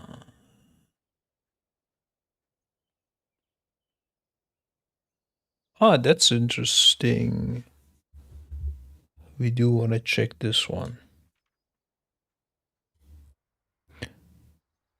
Emanates holy power for 9 seconds, blessing plays within 20 yards. Every second this applies protection to nearby players and absorbs 70k damage if present. Enemy and or light play increase the amount of absorb granted. 25% of pierces is absorb. Before it was saying 75 is getting protected. Additionally, gaining ready berry consumes midnight manifestation, spawning a manifestation midnight, or infusing any existing with HR. Okay, so the interesting thing here is that this was splitting the absorb between people in that absorb thing. So you could like consider to keep tanks outside so other people get more absorb. All of that just seems gone. Just flat damage. Flat deal absorb, okay. Is that the only thing on this boss?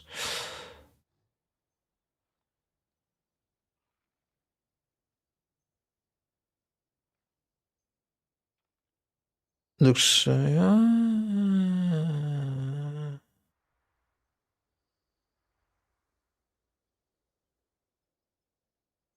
they did clarify Twilight Fury apparently. Upon seeing their sibling perish, the main dragon enters a draconic rage.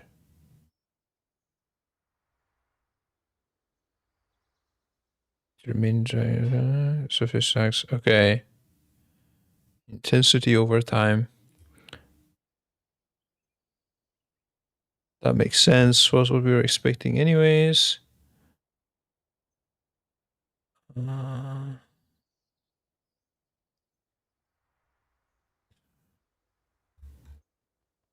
They removed mentioning while grounded here.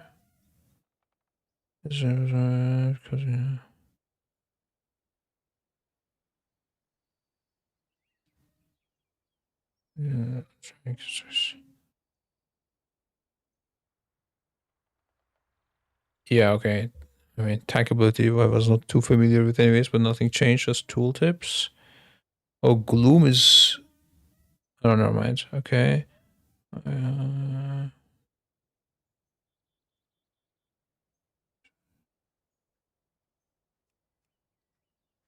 Wait. Was this 5 yards before as well? Yeah, apparently. Okay. I thought it was like more like 3 yards. How much effect do you think that on Nerf is gonna have? Not much next year. That's the weird thing, because next year so far doesn't have any computational puzzles that you would use things for anyways. So it's a bit weird. Except for maybe on Lura. But even there, I don't think there is anything. Yeah, like we would need to get a fight like Jailer Bombs or Fractillus, and then I'll be like, okay, we're gonna see an impact here. But so far, I don't think there is any big impact on anything.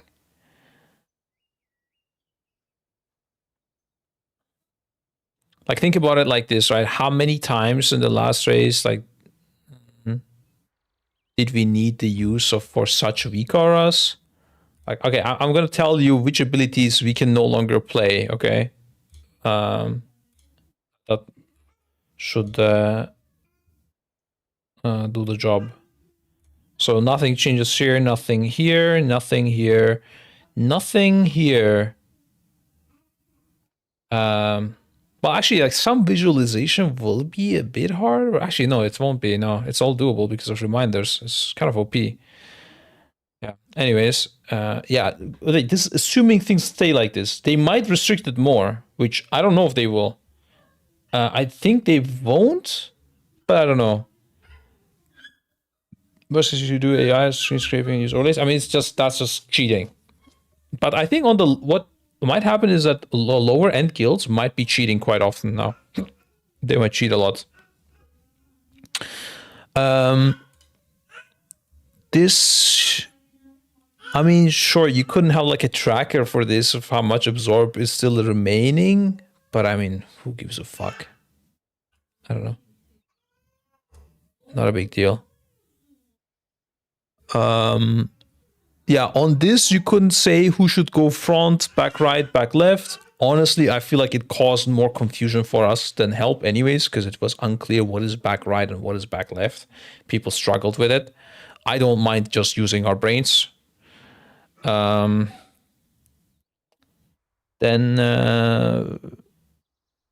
yeah, so phase 1, nothing will change, pretty much. Like I said, except for this, but I think the difficulty of the fight would not change. Phase 2, nothing.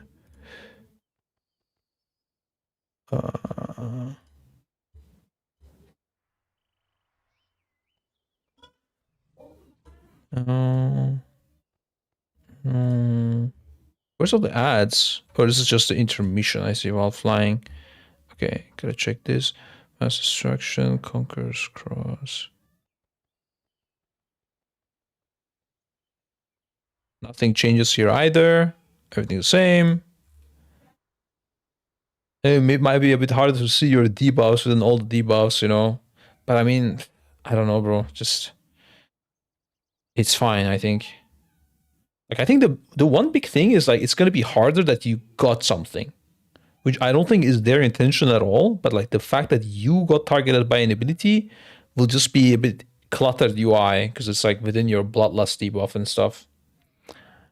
And then stage 3, stabilize, creation, extinguish stars, devour, dark, again, nothing. Ah, wait, actually, sorry, one sec. You're not gonna have, also in P2, sorry about that, you're not gonna have a proper alert for when you get this gravitational distortion. To alert you to go to a different place. Like, let's say you are a ranged DPS and you get it, because it's like, I think it's 1 healer, 1 melee, 1 ranged, getting it right.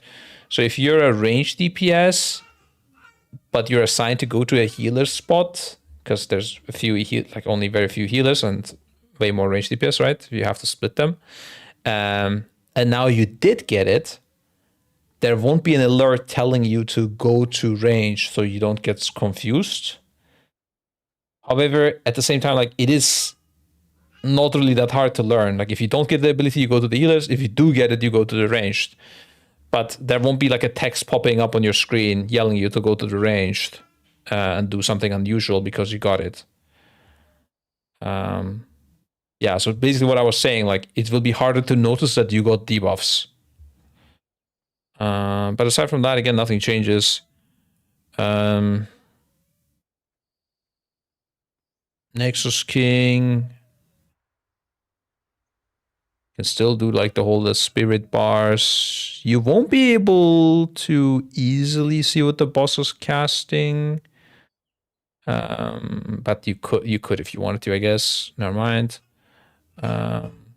Degree Health. Subjugation rule.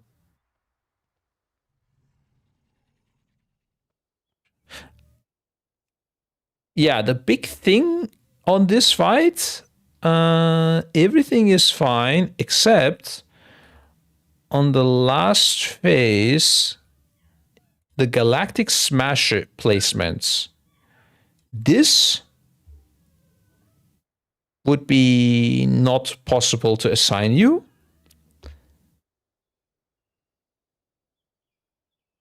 Wait, or actually is it? Wait, hold up. Yeah, you would just see the assignment whether you get the debuff or not. So when you don't get the debuff, you just ignore it. When you do get it, you play it.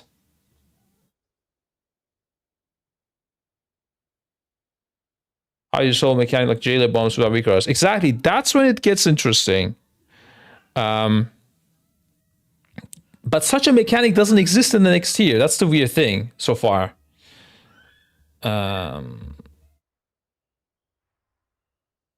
Yeah, but yeah, on this fight, the only thing you would struggle with, I mean, you wouldn't even struggle with this. You just see that anyways, and if you don't get it, you don't do anything. If you do get it, you go there.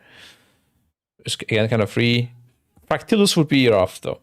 No assignments for Fractilus, nothing. So, yeah, code for fine, sir. Nice, enjoy, sir.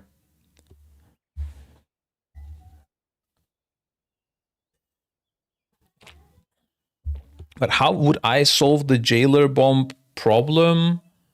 I mean, honestly, it's just really hard.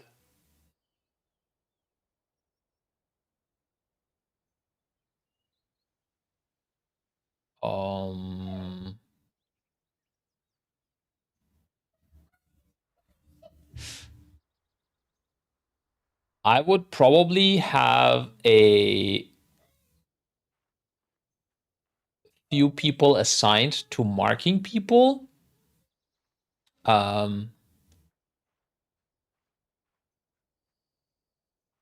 It's 7 bombs, right?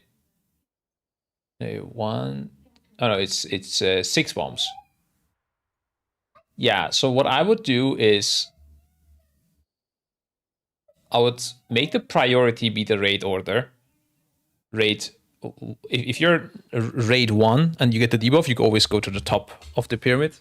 If you are raid 20, I would go to the bottom right of the pyramid, and then I would have one smart player, Maris, mark from raid 1 to 20, the first 3 people he sees, and I would have another smart player, let's say Servo, mark from raid 20 to 1, so in descending order, or like reverse order, let's say, yeah, with other 3 markers, and each marker would correspond to a pyramid thing that you could show an image for to everyone when the mechanic is happening to quickly remind them of what they need to do. And they would then go to that scholar. You could also even mark the ground with word markers every time on the pyramids you're going to play. That's probably what I would do, actually. I would probably mark the ground with word markers, and then I would match the target markers with the word markers. And the target markers would need to be placed quickly by Marison and Zerwo. And they each would need to put 3 markers. It's actually not that hard. You can play Jailer Bombs, easy. You'll probably do the same thing for Fractilus, but it's just hard, right? Because there's like 8 debuffs on the clearance debuff. So maybe I would do something else there. But I don't know, Fractilus. I think they won't make a boss like Fractilus like this with no add-ons, so it's fine. This was like an add-on test. I don't know why they did this. They were like, let's see what add-ons can do and how OP they can be. And they created Fractilus. I was smart. I would not play.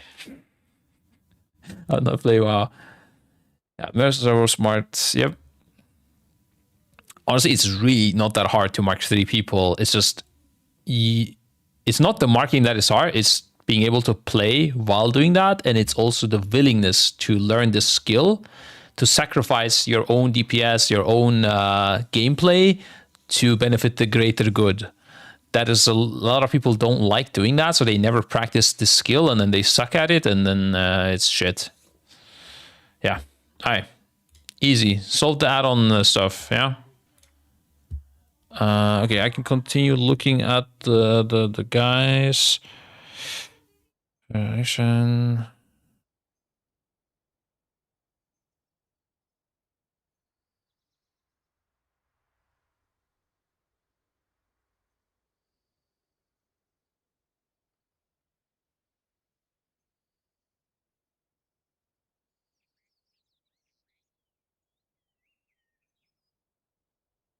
I think there is something new there.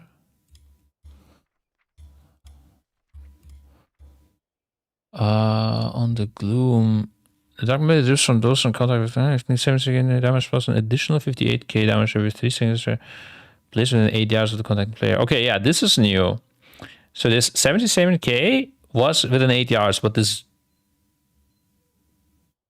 it reads like the dot will also affect.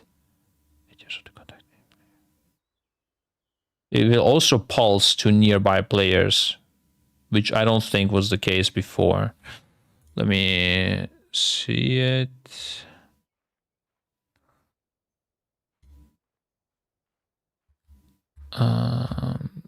This before red.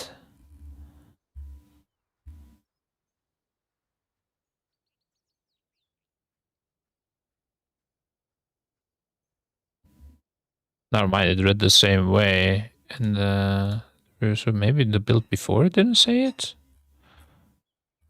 Green. Wait, what is this always pulsing to nearby players? If so, I didn't even know about this. There's no way.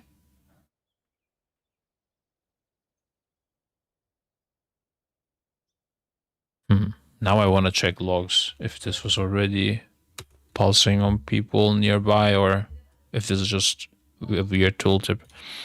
We're checking the logs, guys. Hold up. Okay, more people outside of the raid fight. Yeah, so outside people, there was. We had this discussion. I don't know what the result was.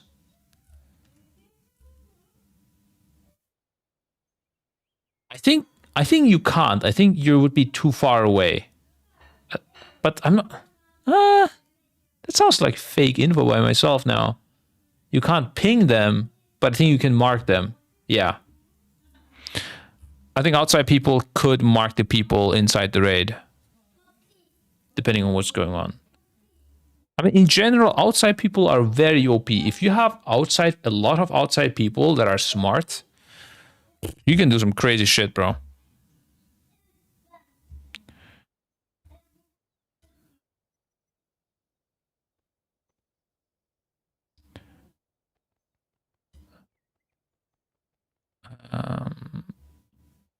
Okay, let's see. This is mythic. Damage taken by gloom touched.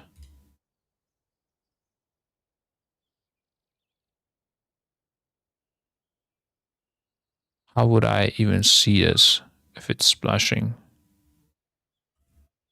I think I need to watch the video.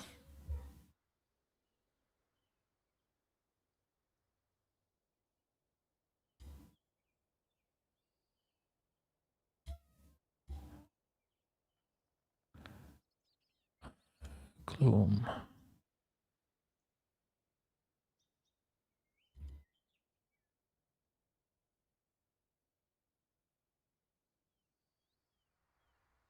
It really doesn't look like it's splashing or anything.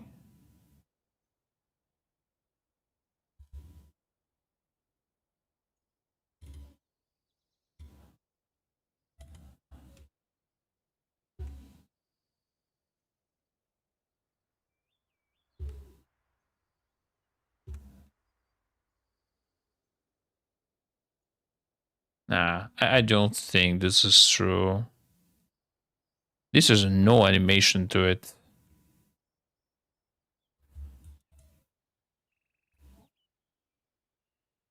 And even if there is, I mean, you wouldn't do much else. Just don't run back into the raid, I guess.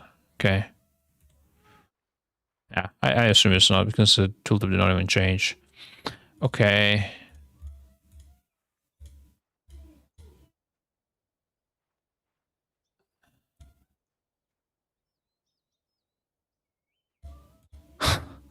I'm hearing my daughter yap in the background with her thin voice. You fight Solar again? Yeah. It's a nice fight, but it's an easy one. It's not like overly complex like the Nexus King before. It's just like a one-phase fight. It's okay. It's gonna be a fun DPS challenge, I would say.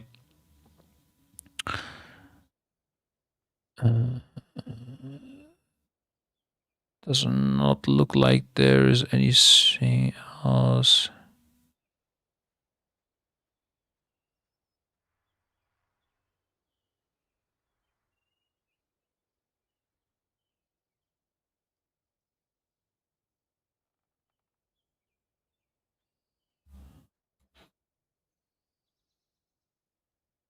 Ah, yeah.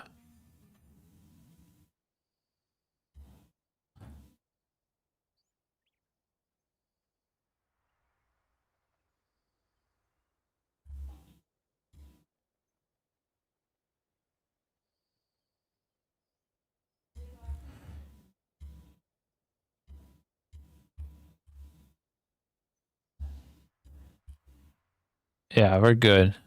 I don't think there's anything else. I think the first poses I had checked. The very first pose I refused to check. Bird didn't have anything. Dreamriff didn't have anything insane. Alright, we're done. Reviewing all the bosses finally. Okay. The coolest thing was Midnight Falls. It's time to face the music. Let's see what that is about.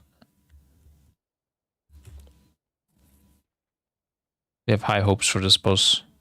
I wish it had not leaked, man. If this boss had not leaked, it would have been really fun. That's crazy that that happened. Okay, do I log into the pre-patch now, guys? What's the play? Do I make my UI? There's like I want to check one thing regarding this nameplate coloring stuff. Quasi made a video explaining it, and I want to check if that is something to stay. He does call it hack, but I want to make sure. Everyone thought that colored nameplates were dead in 12.0, and as you can see from the background footage, that's not exactly true. It's a 20-minute video. Talk about how is this still possible? Is this even legal? What are the risks? And by that, okay, I already see. He's saying that it is risk. Remove this. Fuck it. I think this might be good to know how it works. Somewhere down the line, we watched it for 7-8 minutes together, and I'll also cover how do you achieve this functionality. Whether you are using the top 2 nameplate add-ons now, whether you're using Platinator or whether you're using Plater. They're both capable of doing so. I'll run you through how to do that. The footage you see in the background is from the beta. Depending on when you watch this video, it might be before 12.0 pre-patch or after 12.0 pre-patch. The feature will work the same because it's based off the 12.0 API. Now, before we talk about the how-tos, how to set it up, you need to understand the probability that Blizzard might remove this feature. So if you recall, the whole reason why the WoW community is very split right now is because Blizzard announced their whole "we are removing combat add-ons" initiative. They're locking down combat APIs.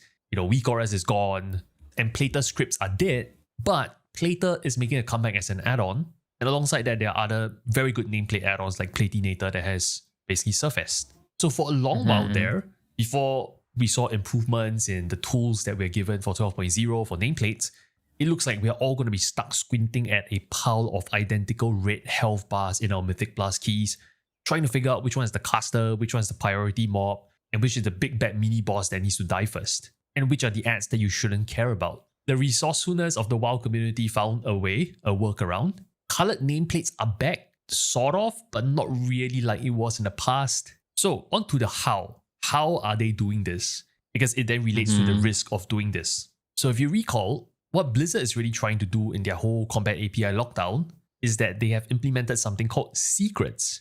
And the way Eon Hazikostas describes this is black boxes that prevents add-ons from accessing combat data. So your combat add-on can no longer see the unit ID, the unit name, which us in the past used to color mobs. So you can't see stuff also like their health, their spells, and their aura information. However, add-ons can cosmetically make things look pretty. You can change colors, textures, fonts, and sizes, but they cannot process combat information or make decisions based off that. And so because of that, your nameplate add-on in 12.0 is no longer going to tell you, this is must interrupt this, because it's a more important thing to interrupt than the other cast. It can't tell you, dodge this because it's a frontal. But this is where the cleverness of colored nameplates come in. Because while Blizzard locked down all the obvious stuff like name, health values, spell data, they left a few things that were accessible by add-ons. And I don't know, and I think we collectively don't know, whether it was on purpose, whether they kind of left the door open. And those attributes are what nameplates add-on use to determine mob types that then allows you with reasonable accuracy to color types. them certain colors. There are 3 things nameplate add-ons are using to determine whether a mob is a caster or not a caster or a mini boss or not. The first is mana bars. If a mob inherently has a mana bar, it probably is a caster. Not always, because some melee mobs do have mana and some casters don't have mana, but it's kind of a very reliable indicator. There are some exceptions, I guess that's what I'm trying to say. Then number 2, inherently in the game, you can see whether a mob... That is kind of what I'm looking for as well, by the way. I don't think we need... I think it's okay to not get full, precise customizability on the nameplate colors, but I think this would also be good for the game in general. If Blizzard baseline UI just provided you with options saying normal mobs, caster mobs, mini bosses, and I don't know, maybe some other thing. And then you set a color to each of them. So the casters will always have the same thing. Mini bosses will have one color, and maybe like ideally something for like mobs that have casts that are stoppable, like stoppable mobs or something. Maybe even like CCable mobs versus not CCable, like something like that could also be a thing. Some sort of thing that shows that it doesn't have to be a nameplate color change either. Maybe like a bigger border on the nameplate can be done or something. Should be baseline. Yeah, on the baseline UI, if they would add that, I think that would be very nice. And then giving the access to that add-on developers as well is completely fine. I mean, in the end, that's what people want anyways, right? Nobody wants to sit there and put like one by one every NPC that they want a different color for. Like, it's way too much boring work. You just want to have a preset that works for everything. I think that would be really nice. And yeah, I mean, at Echo, we also use like different colors for different bosses and stuff for raid fights, but that's not really needed. It's okay. Big HB, caster, prio. Oh, caster, prio, normal mob. Every mob falls in any of these categories. Yeah, and then like a prio of them, because a mob with big HP might be a caster as well, but then you color accordingly. That's fine. Unlike that, you can't rename spells anymore. On big wigs you can, but on casts, I never did, so I don't actually know if you're talking about nameplate casts. Just remember FF16 having a slightly different enemy mob cast bar color to indicate interruptibility. You can do something based on interruptibility. Yeah, you can have a different color for that. It's just CCable mobs don't have something. And ideally you would want to see it not during the cast, but ahead of time, so you can like monitor that mob a bit better.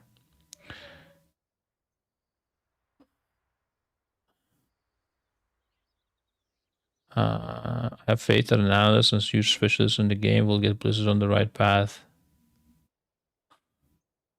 Hey, who's that?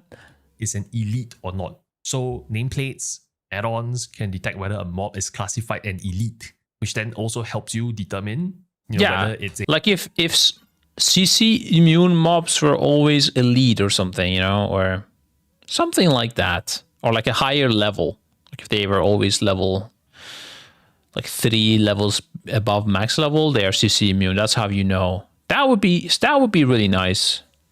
A priority target or mini boss level stuff. Speaking about mini bosses, there's also kind of comparison of levels. So I don't like this like try everything and see what works. I don't know, bro. I'm so sick of this shit. Just tell me, make a way, and like stick to the rules. Like if you want a mob to be not I don't know, not sheepable, make them undead or something. Like just make it work with the RP and the tools you have. Like increase their level, or I don't know. If you don't want to be knockable, make them fat. I don't know, whatever it is, man. Just do something about it that we know what's going on. This UI should show CCDR. It should be very intuitive, these things. And also immersive in general. Also, the base UI should show CCDR. Yeah, CCDR always has been a problem. Yeah. I think right now we can't see it at all, right? CCDR, yeah, that should be completely gone.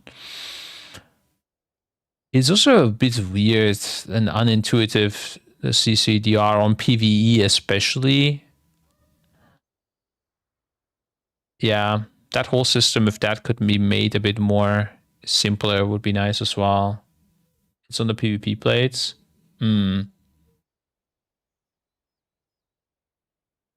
Yeah, it's mostly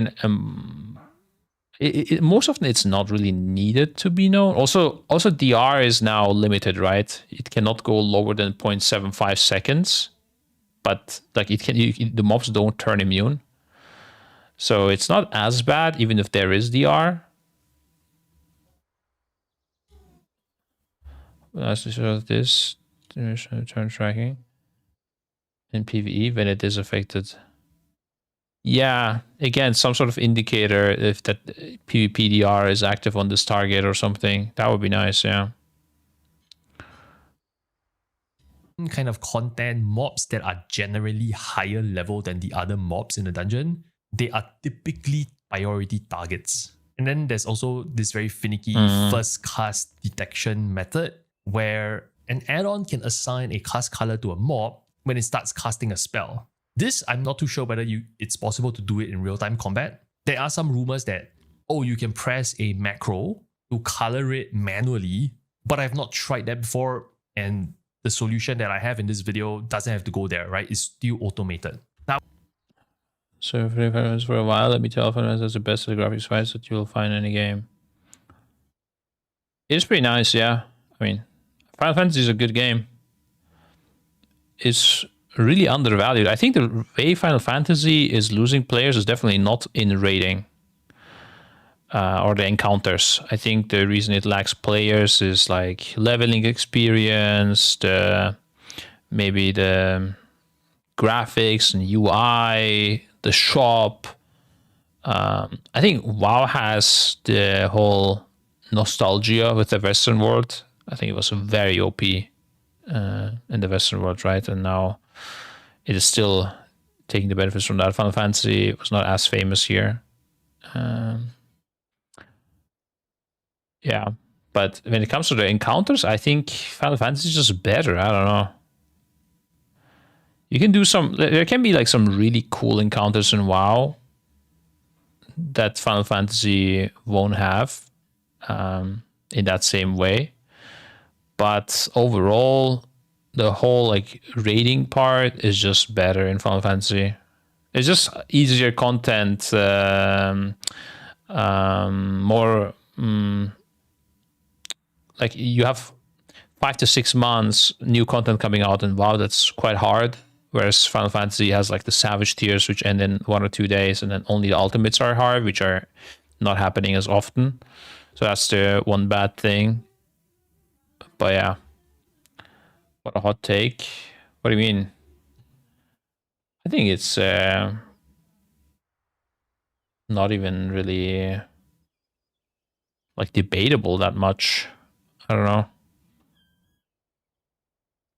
Yeah, FF14 lacks a lot of things. I'm not saying it's a better game, but just the raid encounters, also considering that there is no PTR testing for them, no journals or fully puzzle based, the way they are displaying the puzzles, also for newer players, the required setup to get into a raid, like, I don't know, everything is just, I think it's just better, yeah. The only, I guess one thing is lacking is like good AoE fights, AoE cleave type of situations. Yeah, I mean, like I said, like Blizzard will have some fights that are just not reproducible in Final Fantasy. It's like very different style. But if you had to compare everything, what's better, I think it's Final Fantasy. Yeah. There's a lot of other things that make WoW good, obviously, though. Yeah. Would that be correct? You think solo split runs would allow other organizations? Yeah, when I think of split runs, like what the fuck is split runs? You know, Final Fantasy doesn't give a shit about that. You think solo runs would allow other organizations to build resource for first teams? No. If you had no split runs, can other resource first teams exist? I mean, yeah, more teams could exist for sure, but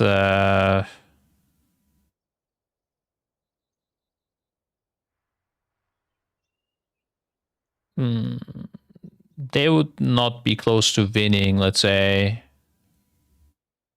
there would need to be some more changes for that. And I think VCORs don't really change it much. There are cases where the lower end guilds have better VCORs than us. 14 has insane class balance, all class within 5% DPS. What about a mode like Ultimate where everyone has the same gear? Oh, the rotation, class rotation wise as well, I think some people might prefer WoW over Final Fantasy quite a bit as well. I like both quite fine. But yeah, my comment was on the encounters themselves, yeah. Older people that don't have too much free time. Yeah, it's definitely a bit less grindy, respecting your time more and everything. Just surprising, like typically the Asian MMOs are like the grindy ones and stuff, right? But it's the opposite here. That's kind of weird. And also, WoW, you can also pay and get gold and stuff. Like, the world is turning upside down right now. Actually, that's crazy. Like, if I told you there's two MMOs, one is way more grindy, you can buy a lot of gear with money, and you can pay people to come help gear you up. And in the other one, it's just skill based. You can obtain everything quite easily with, just a bit of grind, a little bit of grind, but not too much. You would think the first game I mentioned is the Asian one, right? But it's the complete opposite. That's kind of weird. I just noticed that.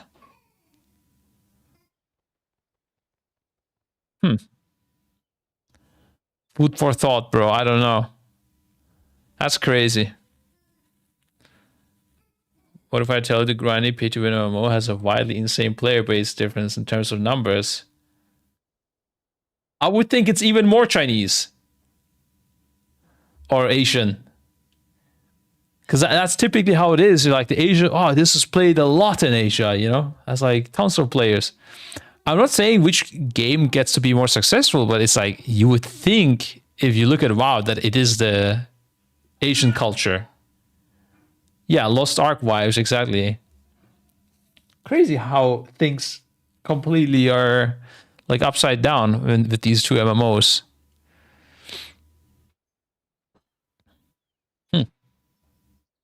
Anyways. I want to be absolutely clear about this though. This nameplate coloring that you see for 12.0 right now is not as good as it used to be. You cannot color specific mobs by name anymore. You can't say specifically like for mob A in Arakara, it needs to be bright orange because it does something nasty. And this mob, I want to color green for all mob Bs in Dungeon Y. That ability to tune those specifics is gone.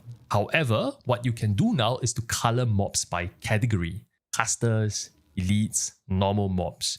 So it's even like better, broad honestly, strokes, bro. not the fine details. But broad strokes is still better than nothing.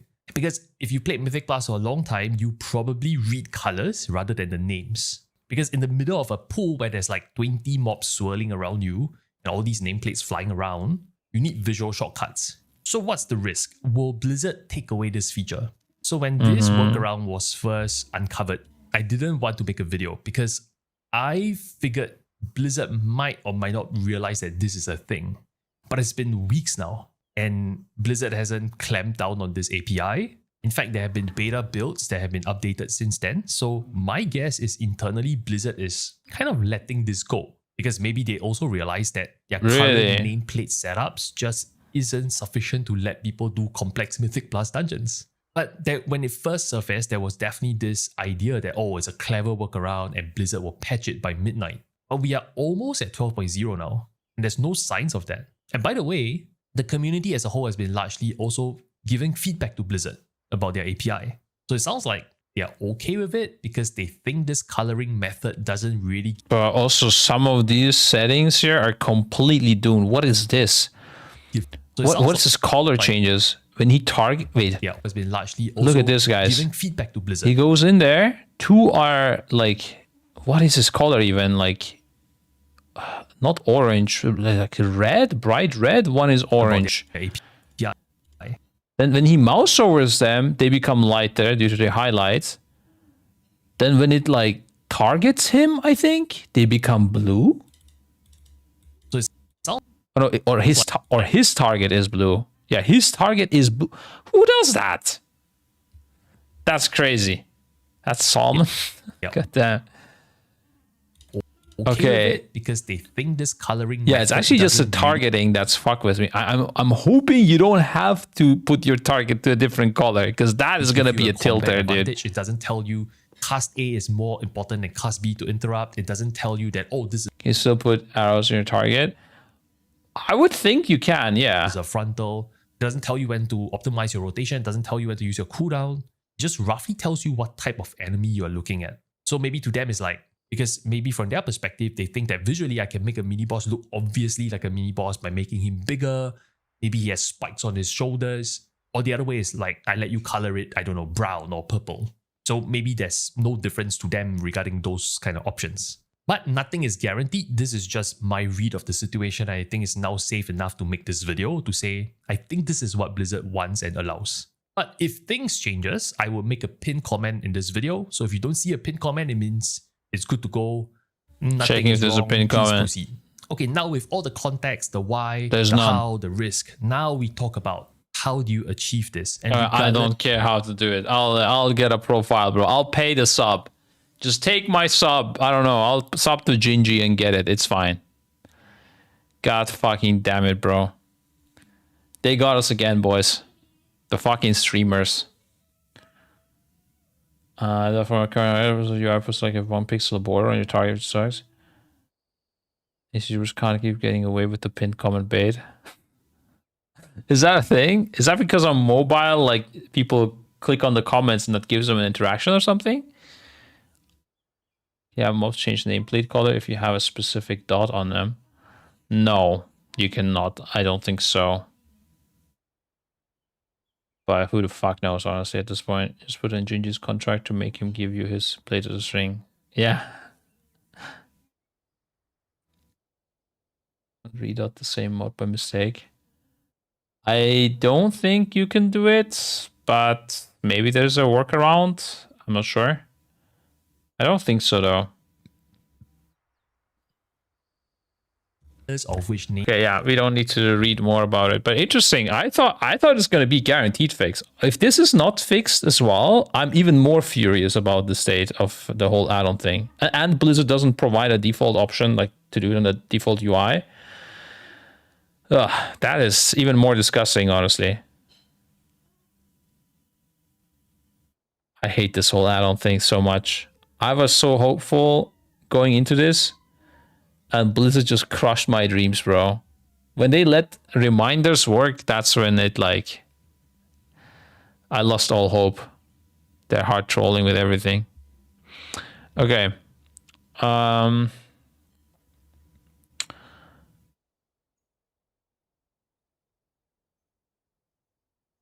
Yeah. Versus just a timer. How are you gonna outlaw that? Just a timer. What do you mean? Don't make things on fixed timers on every fight. add some variance to it. Even if you added like 3-second variance, that would already be GG's. And then on top of that, you have many fights where you just have the bosses cast different things, like things in different order, depending on the situation. Like sometimes it can cast spell A into spell B, or spell B into spell A, depending on the situation. Like not depending on anything, depending on RNG basically. Yeah. Like Nexus King, when he does the tank frontal versus tank soak, you don't know what's going to happen. You check the cast bar, right?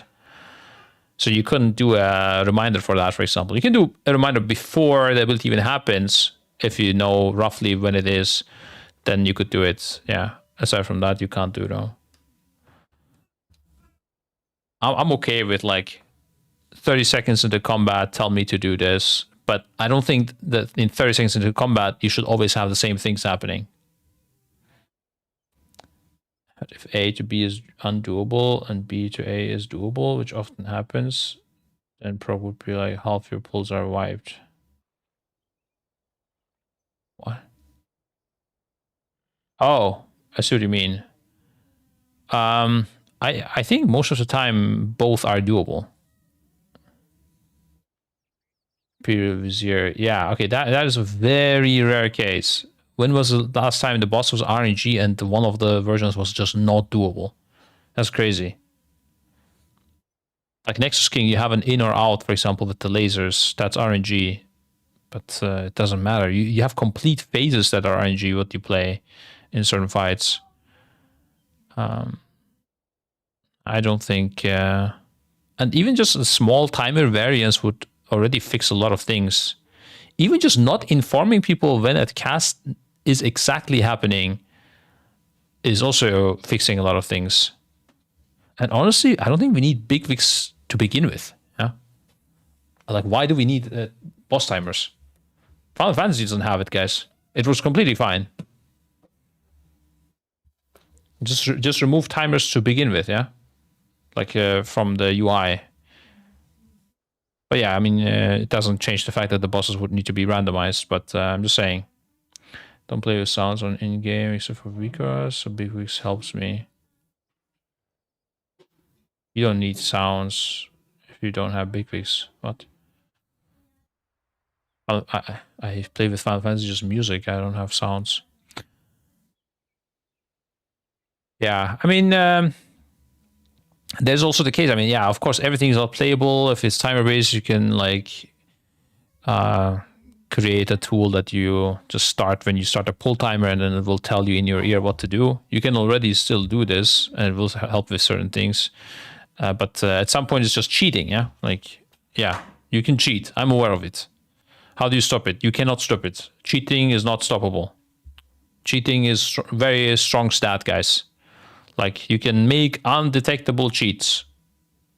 Impossible for Blizzard to detect. But, yeah, for the race for first skills, they just have to tell them, don't do it, or we fuck you up. And then we just don't do it. If they are clear like that, I don't think any guild will attempt it. You just have to be very clear with what is doable, what is not doable. And if rank 200 Andy guy does it, I mean, yeah, okay.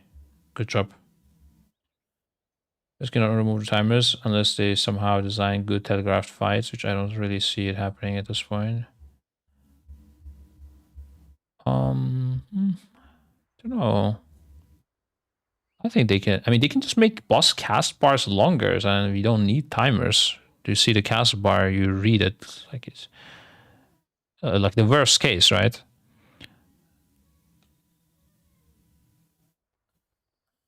Isn't the 21st man also a cheat? Yeah, 21st man is definitely a cheat. I 100% agree with that. I think they should not allow 21st manning. I think that's fully troll. The variance as well. While people are in combat, I think it should be a cheat. Outside of combat, I think it's too much to block people from the bench to interact with your team, giving them tips and stuff like that. But in pools, I don't think outside leaders should be allowed. Okay, anyways, guys, I'm going to peace out. I'm going to cry a bit about the state of add-ons. Tell it to my daughter and see what she thinks. And yeah. The cheat will be a Discord bot that plays the timer reminders. Yeah, you can do many things. I heard YouTube video as like it's the simplest thing. You put a video and then the YouTube video will have like sounds at certain places telling you what to do. Your ad sponsor, I did it, right? Yeah, I did the giveaway for G2A. It's already over. I should have removed it from the title, I guess, guys. If you're still waiting for the giveaway, well, bad news for you. It happened 2 hours ago or something. Unfortunate. What single player games are you playing if you get the chance? Single player games, I don't play anything really. I play League on my free time. I play some ARAM. There you go. That's what I played in the night when the kids go to bed. Sometimes with the boys, Echo gamers, but I don't play a lot. Hightail is a hot new thing. Yeah, I heard about Hightail.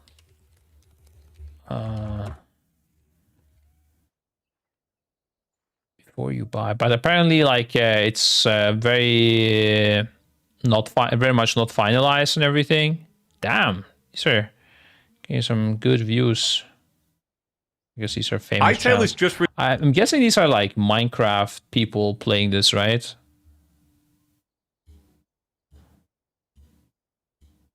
If I was a Minecraft player, I would probably play it, but I don't know if this is my type of game. Looks nice. Try it out and let me know if I should play it.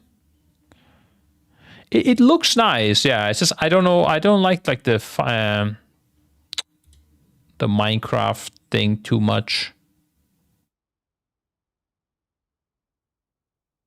Like if I had to pick between this and Destiny 2, looking at the first-person gaming, I think I would go with Destiny 2. But of course, if it is super hype and there's good boss fights, I'm always interested. Why you should get Hightail. Interesting. I played Minecraft 15 years ago or so. Terraria has the boss fights? Really?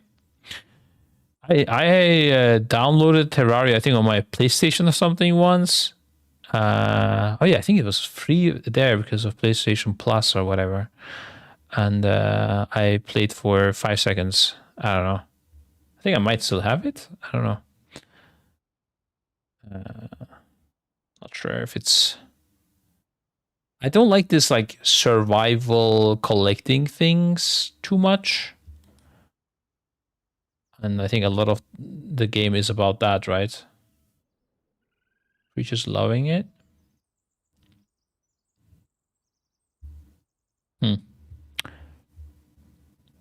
I will look into it, okay? I'll check some videos on it and see if I like it. Anyways, I'm peacing out now. The family's reading and I'm really hungry actually. Wait. Okay, yeah, I didn't eat, bro. I just realized. What the fuck? I didn't eat anything. That's why I'm feeling hungry. Okay, yeah. Yeah, bye. I'm gonna go eat. Bye, guys.